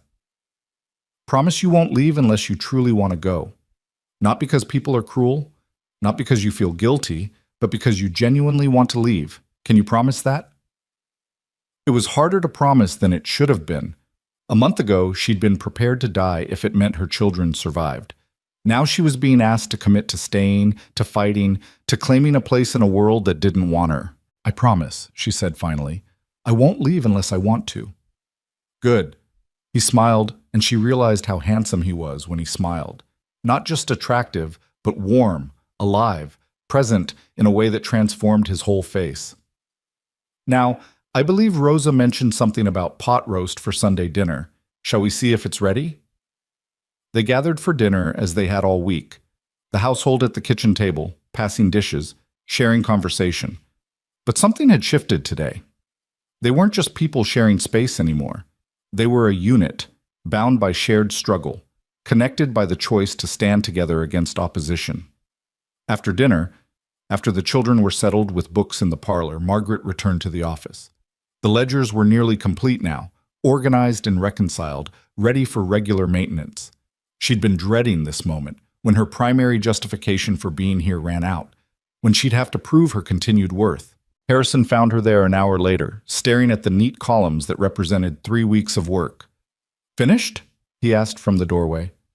Nearly. Another few days to double-check everything. Then it's just daily entries and weekly summaries. She set down her pen. Not enough to justify full employment. Then we expand your duties. The ranch has other needs. Inventory management, supply ordering, payroll oversight, and there's Catherine's library upstairs. Hundreds of books in no particular order. Needs cataloging. You're creating work for me. I'm utilizing available talent. You're good with organization, with systems, with seeing patterns. Those skills apply to more than just bookkeeping. He moved into the room, sat in the chair across from the desk. Margaret, I'm not going to wake up one morning and decide you're not needed here. Stop waiting for that to happen. I can't help it. Every good thing in my life has been temporary. Thomas, stability, happiness, all of it ended. I'm waiting for this to end too. It will end. Eventually. Everything does.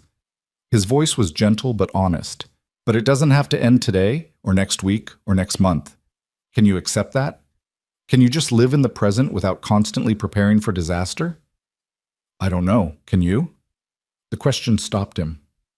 He'd been preparing for disaster too, she realized, living in his grief like armor, keeping everyone at distance so he wouldn't risk caring and losing again. I'm trying to learn, he admitted. These past 3 weeks, having life in this house again, having purpose beyond just maintaining what Catherine built, it's teaching me that maybe survival isn't enough. Maybe actually living is worth the risk of losing again. That's terrifying. Absolutely terrifying. He stood, moved toward the door, then paused. Margaret, I'm glad you came to my gate that day. Glad you had the courage to ask for help. Glad I had the sense to say yes. After he left, Margaret sat in the quiet office, his words echoing in her mind. She'd spent so long thinking of that day as desperate weakness, a mother so broken she'd beg a stranger to take her children. But Harrison saw it differently, saw courage instead of weakness, saw strength in vulnerability. Maybe he was right. Maybe asking for help when you needed it was brave, not weak. Maybe accepting help with gratitude instead of shame was wisdom, not failure. The week that followed was surprisingly peaceful. No threats materialized immediately. The ranch ran smoothly, spring approaching with warmer days and longer evenings. Margaret finished the ledgers and began other projects, cataloging Catherine's extensive library, organizing the ranch's supply inventory, even helping Rosa plan the garden. The children thrived. Luke spent every spare moment in the barn, and when Daisy's foal finally arrived, a spindly-legged filly with her mother's gentle eyes, he was ecstatic. They named her Clover, and Luke appointed himself her guardian and best friend. Anna's chess games with Harrison grew more sophisticated. She'd begun reading strategy books from Catherine's library, applying concepts with a focus that reminded Margaret painfully of Thomas. Sometimes Margaret would watch them bent over the board, dark head and graying head together, and feel something complicated twist in her chest. Gratitude, certainly. Affection, yes. But something else too.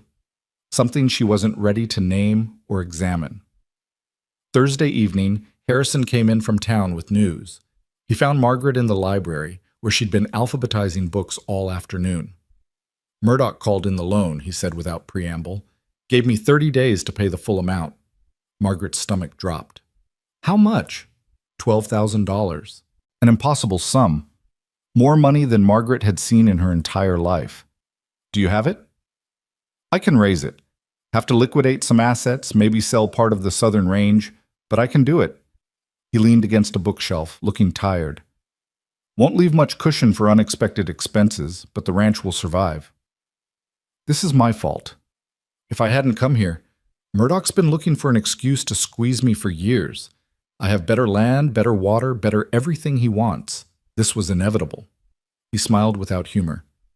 Actually, you probably delayed it. He was more cautious about moving against me while Catherine was alive. After she died, I'm surprised he waited 5 years. What happens if you can't raise the money? Then he forecloses, takes the ranch, everything Catherine and I built. His jaw tightened. But that's not happening. I'll have his money. Margaret abandoned her books and moved closer. Harrison, is there anything I can do? Any way I can help? You're helping just by being here, by reminding me what I'm fighting for. Not just land and cattle, but the chance to actually do something good with what I have. He pushed away from the shelf. Come on. Rosa's making fried chicken, and if we're late, Luke will eat all the drumsticks. They walked downstairs together, and Margaret tried to push away the guilt eating at her. Harrison was losing his financial security because he'd helped her. No matter how he framed it, that was the truth. That night, after everyone else had gone to bed, Margaret sat at the kitchen table with Rosa, drinking tea and watching the older woman knead dough for tomorrow's bread. You're worrying, Rosa observed. How can I not? Harrison's losing thousands of dollars because of us. He's spending thousands of dollars on something that matters to him. There's a difference. Rosa punched down the dough with vigor. That man was dying before you came, senor. Dying slowly, suffocating on grief and loneliness. Money can't fix that. But you and those children, you're bringing him back to life. That's worth more than any number in any bank. I wish I could believe that. Then believe this. I've worked for Harrison Cole for 20 years. I know him better than almost anyone except Catherine did. And I'm telling you, he is happier now, more alive now than he's been since she died. Whatever it costs him, it's worth it to him. Accept that. Margaret wanted to believe she was helping instead of hurting, contributing instead of taking, but guilt was a persistent companion, whispering doubts in the quiet moments. Friday brought unexpected visitors. Margaret was in the garden with Rosa and the children, planning spring planting, when 3 wagons rolled up the drive. She tensed, preparing for confrontation, but Harrison emerged from the barn and his face showed surprise, not concern. Tom, what's this? He called to the foreman, who climbed down from the lead wagon. Got something for you, boss. Well, for Mrs. Lane, actually. Tom grinned. The boys and I, we heard about Murdoch's loan. Heard you might need some financial help, so we took up a collection. He held out a leather pouch. Harrison opened it and stared at the contents. Bills and coins, probably more money than these working men should be able to spare. There's near $800 there, Tom said proudly. Every hand contributed what they could. Some of the townspeople, too, the ones who came for Sunday services. We figured if Murdoch's trying to squeeze you for helping folks, we should help you right back. Margaret felt tears spring to her eyes. $800. These men, who earned maybe $30 a month, had pooled their savings to help defend the man who'd defended her. I can't accept this, Harrison said, his voice rough with emotion. You've all got families, responsibilities, and you've got a responsibility to keep this ranch running so we have jobs, Tom interrupted. Besides, some of us remember when we needed help and got it. My Jenny, she got real sick 3 winters ago. You paid for the doctor, paid for medicine, paid my wages even though I couldn't work for 2 months while I nursed her. This is us paying back. One by one, the other ranch hands stepped forward, each with a similar story. Times Harrison had helped without asking for repayment. Medical expenses covered, advances given during hard months, debts forgiven when illness or injury struck. You and Mrs. Cole built a reputation, Jack Morrison said, a reputation for being fair, for helping people who needed it, for measuring worth by character instead of bank accounts. We're just trying to live up to that standard. Harrison looked at the pouch in his hands, at the men who'd given what they could, and Margaret saw his throat work as he swallowed hard against emotion. Thank you, he managed finally. All of you. This means more than you know. One more thing, Tom said, pulling a paper from his pocket. Got 23 signatures here from people pledging to buy from Cole Ranch exclusively. They're cutting ties with Murdoch's businesses, the merchants who sided with him, all of it. You stood up for what was right, boss. Now we're standing with you. After they left, Harrison stood in the yard holding the leather pouch and looking dazed. I didn't realize, he said quietly. All those times I helped people, I never thought about it being anything except doing what Catherine would have wanted. I didn't expect anything back. That's why they gave it, Margaret replied. Because you never asked. He looked at her then, really looked at her, and something passed between them, recognition maybe of what they were building here. Not just a household or an employment arrangement, but something larger. A community based on mutual support instead of transactional exchange. On helping because it was right, not because it benefited you. We're going to survive this, Harrison said, and for the first time he sounded certain. Whatever Murdoch throws at us, we'll survive it. Margaret wanted to believe him. Standing there in the sunlight with the ranch spread before them and the mountains rising in the distance, she almost did. But night has a way of bringing doubts back. That evening, as she tucked the children in, Luke asked innocently, Mama, are we going to have to leave? Why would you think that, baby? I heard Mr. Cole talking about money, about having to pay a lot. What if he can't? What if we have to go back to being hungry? Margaret's heart broke at the fear in his voice. We're not going back to that. I promise. Mr. Cole is handling the money situation, and even if something happened, I'd never let you go hungry again. You promise? I promise. But after he slept, Margaret stood at her bedroom window and wondered if that was a promise she could keep. She had no money, no resources, nothing but the wages Harrison paid her, and the hope that this strange situation would somehow last. Hope was fragile. Experience had taught her that. But sometimes fragile hope was all you had. She watched the stars emerge one by one, distant and cold, and allowed herself to acknowledge the truth she'd been avoiding for weeks. She was falling in love with Harrison Cole. Not because he'd saved her, gratitude wasn't love. Not because he was wealthy. She'd never cared about money except when lacking it meant starvation, but because of who he was. His quiet strength, his unwavering principles, the way he spoke to her children like they mattered, the way he'd stood before that church and chosen right over easy. The realization should have terrified her. Thomas had been dead less than a year. Loving another man so soon felt like betrayal. But Thomas was gone, and she was still alive, and Harrison made her feel seen in ways she'd never experienced. It was too soon, too complicated, too dangerous to feel this when their situation was so precarious. So she pushed the feeling down, locked it away, and told herself it didn't matter. They had bigger problems than her inconvenient heart. Outside, an owl hooted from the barn.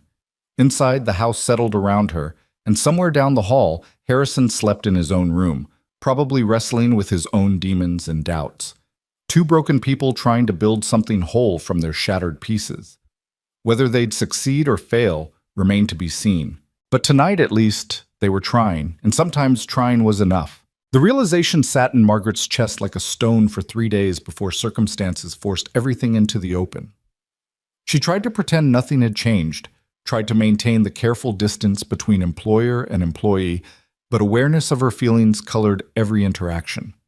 The way Harrison's eyes crinkled when he smiled at something Anna said, the sound of his boots on the porch at evening, the warmth in his voice when he called her name, everything magnified, everything significant, everything impossible.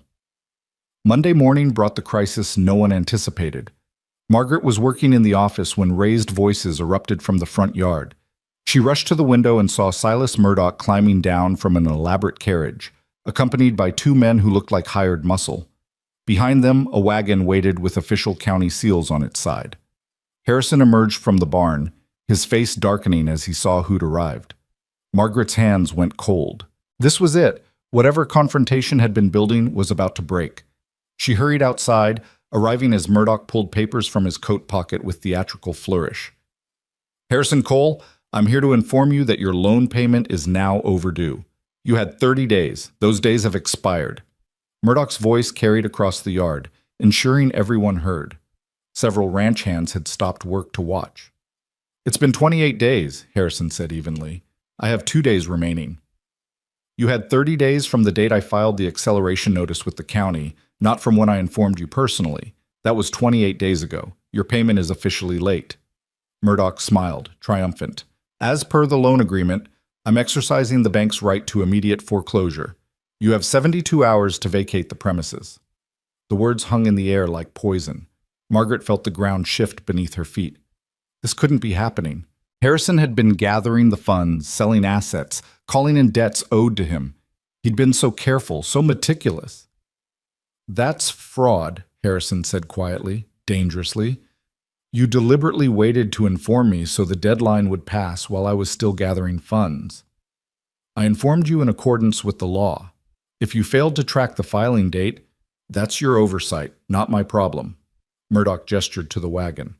"I've brought the sheriff and county assessors. They'll be inventorying assets to prepare for sale.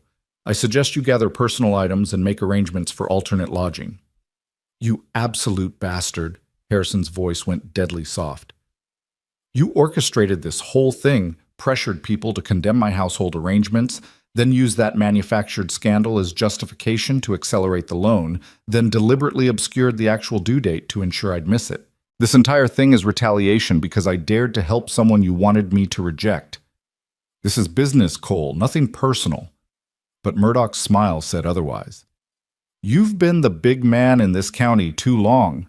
Time someone reminded you that money talks louder than principles." Margaret couldn't breathe. This was her fault, all of it. Harrison was losing his ranch, his home, everything Catherine had helped him build, because he'd shown kindness to a desperate widow and her children. "How much?" she heard herself say. Both men turned to look at her.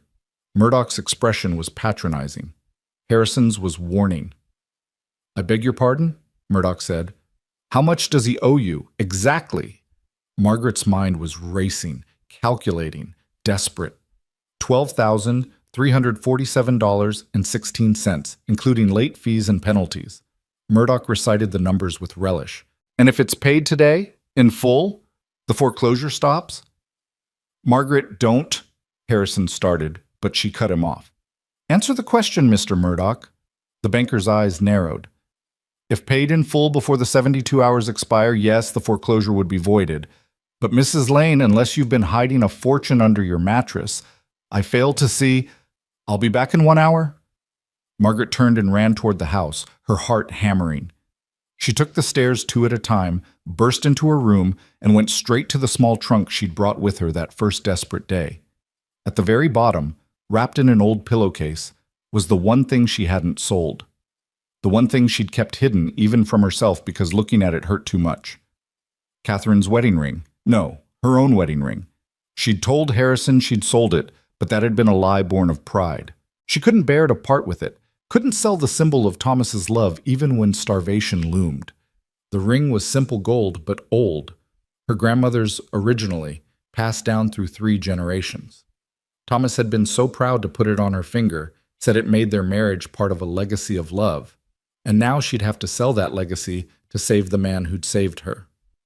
But the ring, while valuable, wouldn't come close to $12,000. She needed more. Needed? Margaret's eyes fell on the dresses in the wardrobe. Catherine's dresses. The silk ones for special occasions, trimmed with lace and hand embroidery worth a fortune. The wool ones of quality fabric. Even the everyday dresses were finer than anything most women in Wyoming would ever own. She grabbed as many as she could carry and ran back downstairs, where she nearly collided with Rosa in the hallway.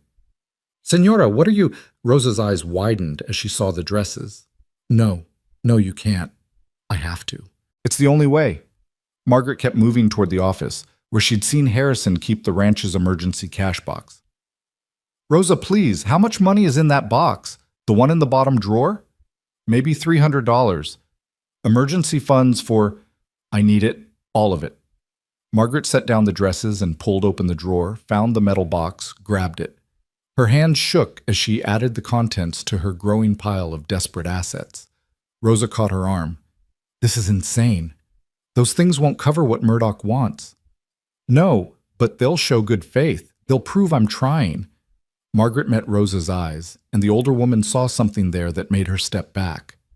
I brought this on him. I have to fix it. You can't fix this alone. Then help me. Margaret's voice cracked. Please, Rosa, help me try. For a long moment, Rosa stared at her. Then she nodded once, decisive, and reached up to unclasp the gold crucifix she always wore, a family heirloom, probably the most valuable thing she owned. Add this, Rosa said, pressing it into Margaret's hands. And wait one moment. She disappeared into her own small room off the kitchen and returned with a wooden box. Inside were gold coins, savings accumulated over 20 years of work.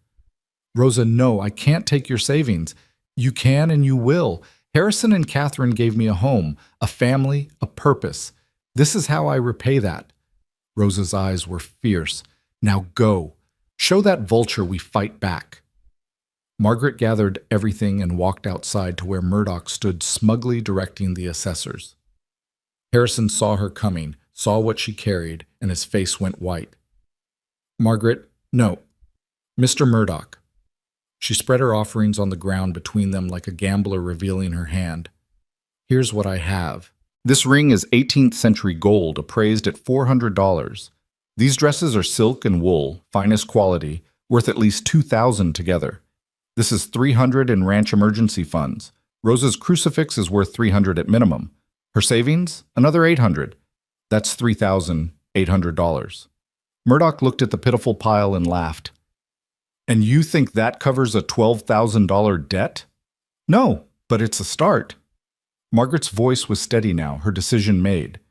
And I have one more asset to offer. I sign a 5-year labor contract, binding and legal, agreeing to work for Mr. Cole at reduced wages until the debt is satisfied. At $15 a week, that's nearly $4,000 over 5 years. Add the ranch hands $800 from last week, and we're at $8,000, $600 total. Still short $4,000, Murdoch pointed out. Then we sell the southern range. Harrison mentioned it was worth $6,000. That more than covers the remaining debt and leaves surplus for operating expenses. She straightened, meeting Murdoch's eyes. I've just assembled payment in full, Mr. Murdoch.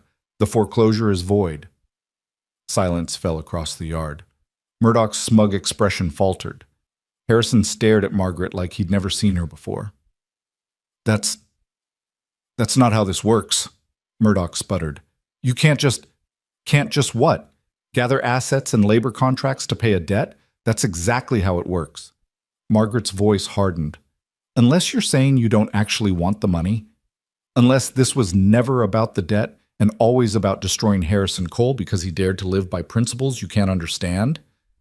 The assessors were watching now, clearly uncomfortable. One of them, an older man with an honest face, cleared his throat. Mr. Murdoch, if payment's being offered, it's not proper payment. It's a patchwork of legal tender, valuable assets, and binding labor contracts, Harrison interrupted, finding his voice. All of which are recognized forms of payment under territorial law. You want your money, Silas? Take it. But the foreclosure ends here.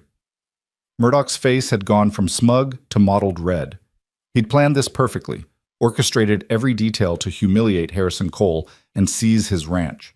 But he hadn't counted on Margaret, hadn't counted on the community rallying, hadn't counted on people fighting back with every resource they could scrape together. Fine, he spat finally. I'll take your pitiful offering. But Mrs. Lane, that 5-year contract is binding. You try to leave, try to break it, and I'll sue you for breach and take everything, including those children of yours. The contract's with me, not her, Harrison said coldly. She works for me. I hold the contract. And if you ever threaten her or her children again, Silas, I'll make sure every rancher, every merchant, every working man in this territory knows exactly what kind of man you are. By the time I'm done, you won't be able to sell a dollar loan to a dying man in the desert. They stared at each other, two men who'd just fought a war in miniature, and Murdoch was the one who looked away first. Have your lawyers draw up the paperwork, he muttered, "and get that land deed for the southern range appraised officially. I want documentation." He climbed into his carriage and left, his hired men scrambling after him, the county assessors following with obvious relief at escaping the confrontation. The moment they were out of sight, Margaret's legs gave out. She sank to the ground, suddenly shaking, the adrenaline that had sustained her draining away all at once. Harrison knelt beside her, his hands hovering like he wanted to touch her but didn't dare. "Margaret, what did you just do?" "I saved your ranch." Her voice came out thin, unsteady. Or tried to. "Did I calculate wrong? Is it not enough?" "You just sold your wedding ring, Catherine's dresses, bound yourself to 5 years of servitude, convinced me to sell land Catherine and I bought together." His voice was rough with emotion. That's beyond anything I could have asked. You didn't ask. I gave it." She looked up at him, this man who'd become so important so quickly. "Harrison, you saved my life, my children's lives. You gave us food and shelter and dignity when we had nothing.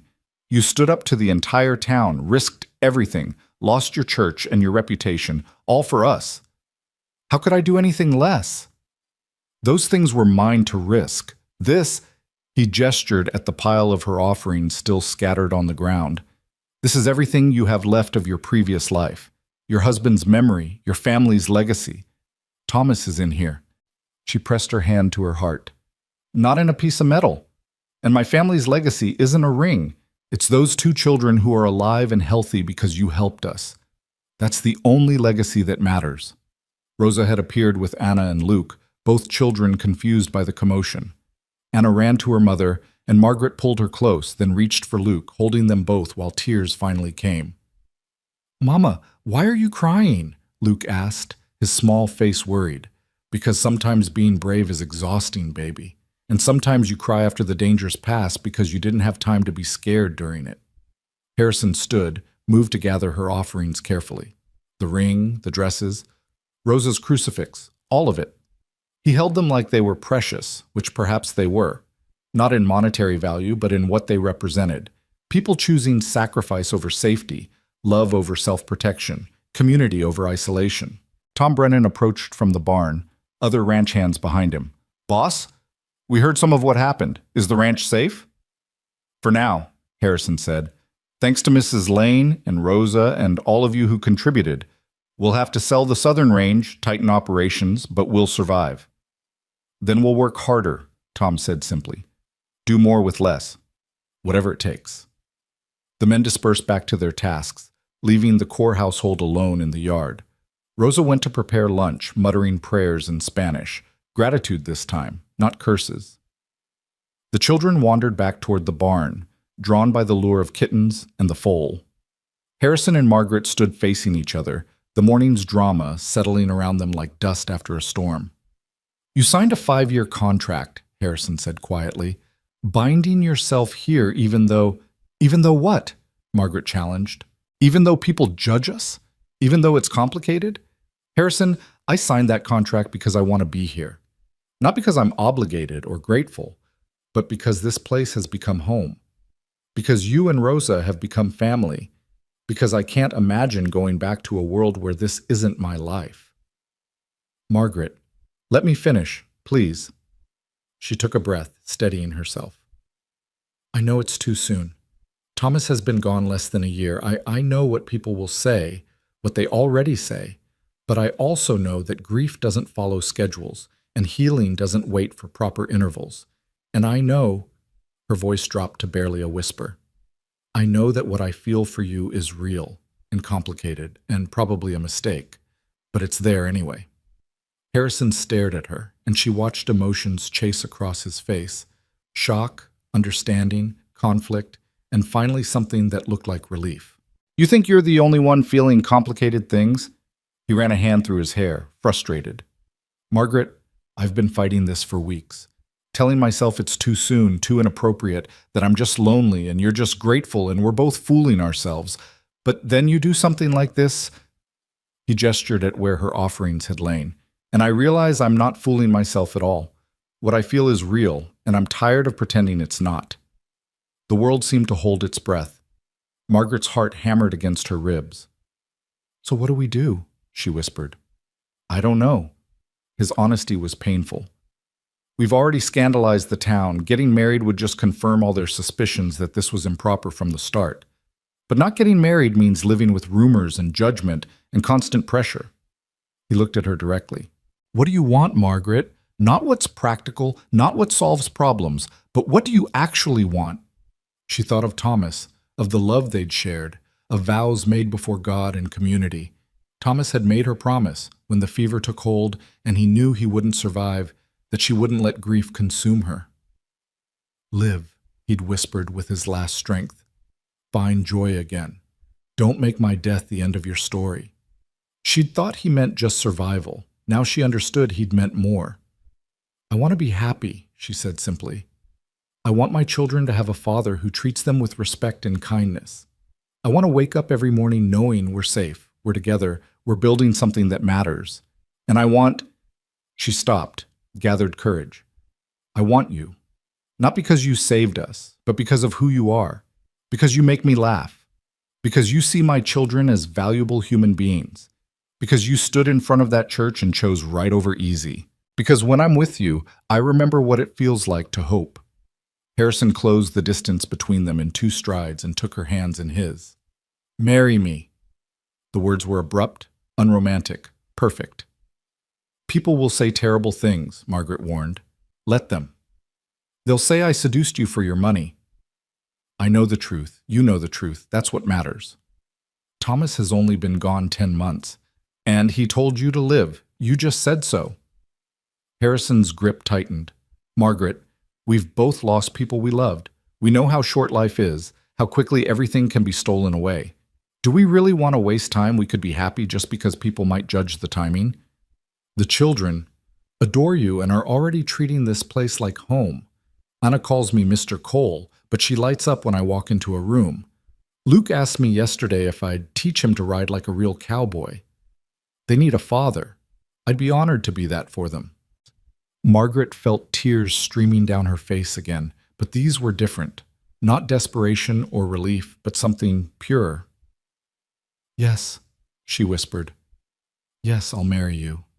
Harrison pulled her into his arms, and for the first time since that terrible day when influenza took Thomas, Margaret let herself be held by a man who cared for her, let herself feel safe, let herself believe in the possibility of happy endings even after tragedy. They stood there in the yard, holding each other while the ranch continued around them, cattle lowing in distant pastures, horses nickering in the barn, Rosa singing in Spanish from the kitchen. Life, persistent and beautiful, refusing to be stopped by grief or scandal or small-minded judgment. When?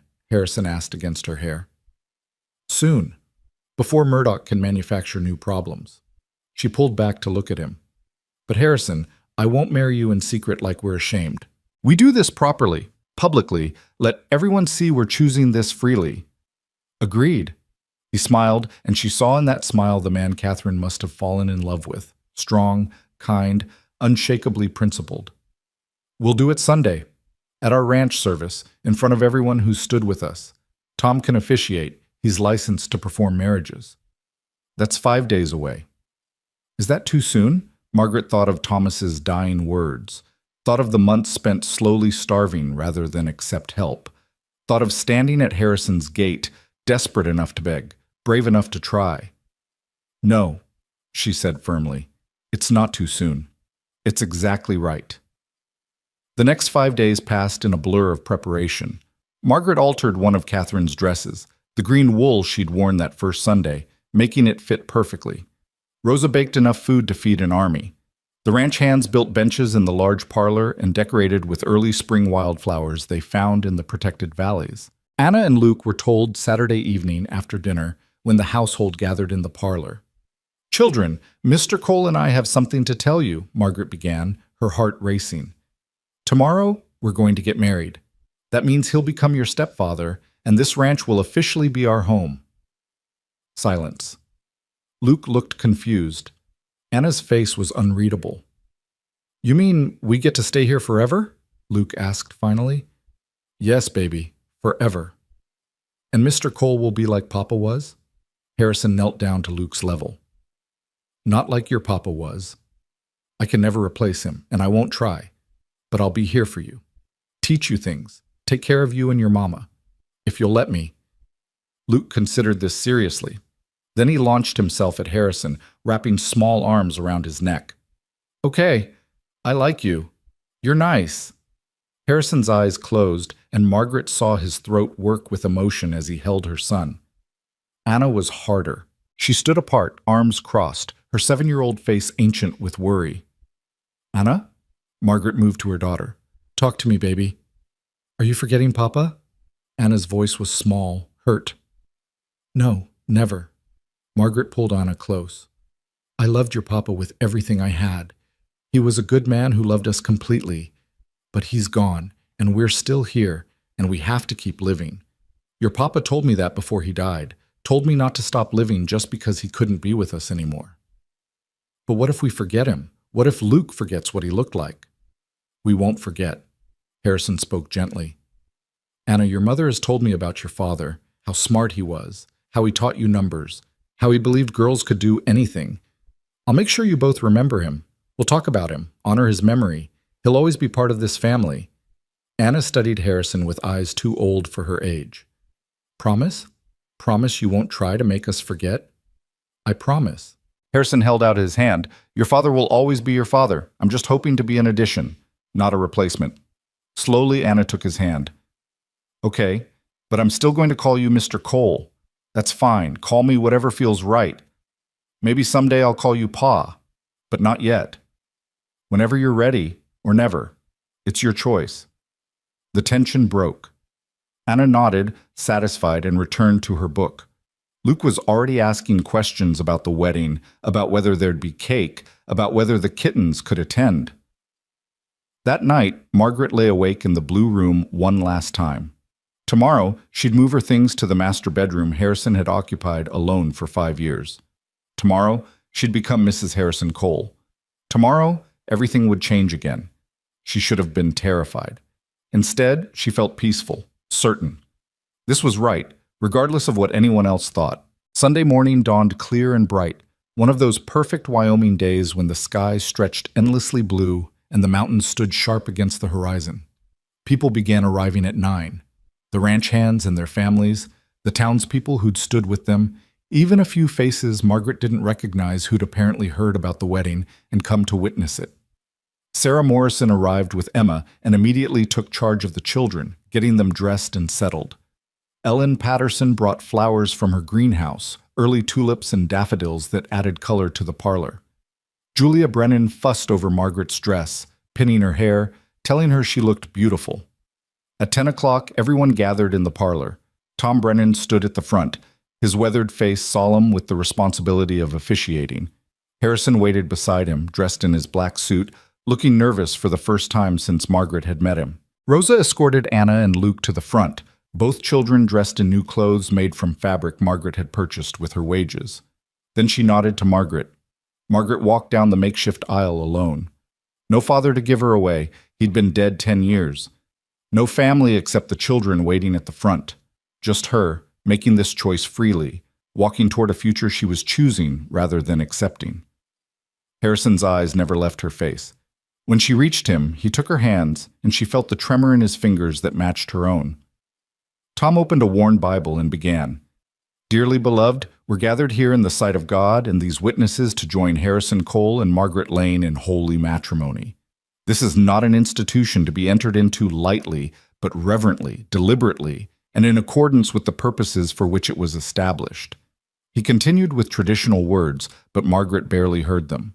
She was focused on Harrison's face, on the emotions she saw there: hope, fear, determination, love. Yes, love. It was there in his eyes, unmistakable and real. "Harrison," Tom said, "do you take Margaret to be your lawfully wedded wife, to have and to hold from this day forward, for better or worse, for richer or poorer, in sickness and in health, to love and to cherish, till death do you part?" "I do." Harrison's voice was steady, certain. "Margaret, do you take Harrison to be your lawfully wedded husband, to have and to hold from this day forward, for better or worse, for richer or poorer, in sickness and in health, to love and to cherish, till death do you part. She thought of Thomas one last time, said a silent goodbye and thank you, and then answered clearly, I do. The rings?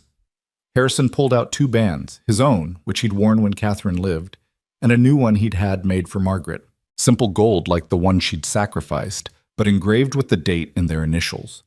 They exchanged rings with shaking hands. Tom pronounced them husband and wife. Harrison kissed her gently, respectfully, in front of all these witnesses who'd stood with them against the town's judgment. Applause erupted. Luke cheered. Anna smiled, actually smiled, for the first time that morning. Rosa wiped tears and muttered prayers of gratitude. And just like that, Margaret Lane became Margaret Cole. The celebration that followed was joyful and loud. Rosa's food disappeared rapidly. Someone produced a fiddle and started playing, and before long, people were dancing in the parlor, the house filled with laughter and music and life. Margaret danced with Harrison, with Tom Brennan, with several ranch hands who awkwardly but sincerely congratulated her. She watched Anna dance with Emma Morrison, watched Luke try to teach Clover the foal to dance, watched Rosa beam like a proud mother at a daughter's wedding. This was family, not blood, but choice, not perfect, but real. Late afternoon brought unexpected visitors. A carriage rolled up, and Margaret tensed, expecting more trouble. But the woman who emerged was elderly, elegantly dressed, with kind eyes and a determined set to her jaw. Mrs. Hartford, Harrison said, surprised. I didn't expect— Of course you didn't. I don't accept many invitations these days. Mrs. Hartford approached, leaning on a cane. But I heard about your marriage, and I wanted to come personally to offer congratulations and to set a few things straight. She turned to address the gathered crowd, her voice carrying despite her age. I'm Louisa Hartford. I've lived in Timber Creek 60 years, longer than most of you have been alive. I knew Harrison's parents. I knew Catherine from the day she arrived here as a bride. And I'm here to tell you all that what Harrison Cole has done, helping Mrs. Lane and her children, marrying her despite town gossip, is exactly what Catherine would have wanted. Catherine Cole believed in helping people and doing what was right regardless of what was proper. Harrison has honored her memory better by this action than he could have by 1,000 years of mourning. She fixed her gaze on the crowd, and despite her age, her stare was formidable. Anyone who has a problem with this marriage can take it up with me. And I assure you, I'm considerably more trouble than I look. She smiled sweetly. Now, is there any of that cake left? I came a long way, and I'm hungry. The tension broke with laughter. Mrs. Hartford's endorsement, she was the grande dame of Timber Creek society, wealthier and more established than even the Bancrofts, changed everything. If she approved, if she publicly supported them, the town's opposition would crumble. As evening approached and guests began departing, each offered congratulations and promises of continued support. The community they'd built around them was small but solid, based on shared values rather than social standing. Finally, only the household remained. Rosa took the exhausted children upstairs, leaving Harrison and Margaret alone in the parlor as twilight painted the sky purple and gold. Well, Mrs. Cole, Harrison said softly, how does it feel? Terrifying. Wonderful. Right. Margaret leaned against him, feeling his arm come around her shoulders. I keep expecting to wake up back in that freezing room with nothing, discover this was all a dream. It's real. You're here. You're mine and I'm yours, and we're going to make this work. People will still talk. Let them. We have each other. We have the children. We have people who matter on our side. He kissed the top of her head. Besides, I've discovered I rather enjoy defying expectations. Margaret laughed, and the sound surprised her. Genuine joy, uncomplicated by fear or desperation. When had she last laughed like that? Come on, Harrison said, taking her hand. Let's check on the children, then I'll show you the sunset from the hill where Catherine and Ben are buried. It's beautiful up there, and I think Catherine would want to know you're here, would want us to include her in this new beginning. They walked upstairs together and found both children already asleep, exhausted from the day's excitement. Luke was sprawled diagonally across his bed, Clover the toy horse clutched in one hand. Anna had fallen asleep with her book open, looking peaceful in a way Margaret had despaired of ever seeing again. They're good kids, Harrison murmured, adjusting Luke's blanket. They are, And they're lucky to have you. Margaret closed Anna's book, marking the page. I'm lucky to have you. We're lucky to have each other. They climbed the hill behind the house as the sun sank lower, painting everything in shades of gold and rose. Two simple headstones stood beneath a cottonwood tree: Catherine Cole, beloved wife and mother, and Benjamin Cole, precious son. Fresh flowers had been placed there recently, probably Rose's work. Harrison knelt and placed his hand on Catherine's stone. Catherine, I want you to meet Margaret. She's become important to me, to all of us. I think you'd like her. She's brave and smart and good with numbers, almost as good as you were. She has two children who needed help, and helping them helped me remember how to live again. His voice roughened. I hope you approve. I hope you understand. I'll always love you, but I'm choosing to love again. And I hope that's what you'd want. Margaret knelt beside him, placed her own hand on the stone. Thank you, Catherine, for building this place, for teaching Harrison to be the man he is, for creating a legacy of kindness that saved my life. I'll try to honor that legacy. I'll try to be worthy of what you started. They sat there as the sun set completely, stars emerging one by one in the darkening sky. Margaret thought about the journey that had brought her here: desperation, begging, accepting help, learning to hope again. Thought about Thomas and Catherine, the loves that were lost but not forgotten. Thought about Harrison and the children and Rosa and the life they were building together from the ruins of what came before. Ready to go back? Harrison asked finally. Yes. Margaret stood, brushing off her dress, Catherine's dress, altered to fit her, a perfect symbol of how they were taking what came before and transforming it into something new. Let's go home. They walked down the hill hand in hand toward the house where lights glowed in windows and smoke rose from chimneys and life waited. Behind them, the graves stood silent beneath their tree, but Margaret didn't feel haunted. She felt blessed, blessed to have had Thomas's love, blessed to have found Harrison's, blessed to still be alive and able to build new joy from old sorrow.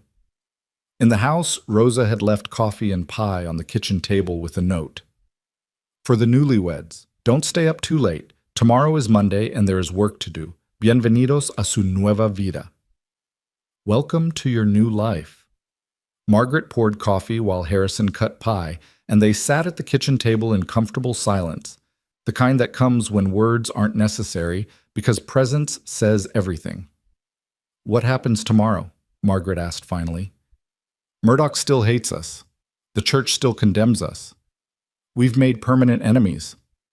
Tomorrow we wake up, have breakfast, and keep living. We work the ranch, raise the children, build our community. We prove by our actions that we made the right choice.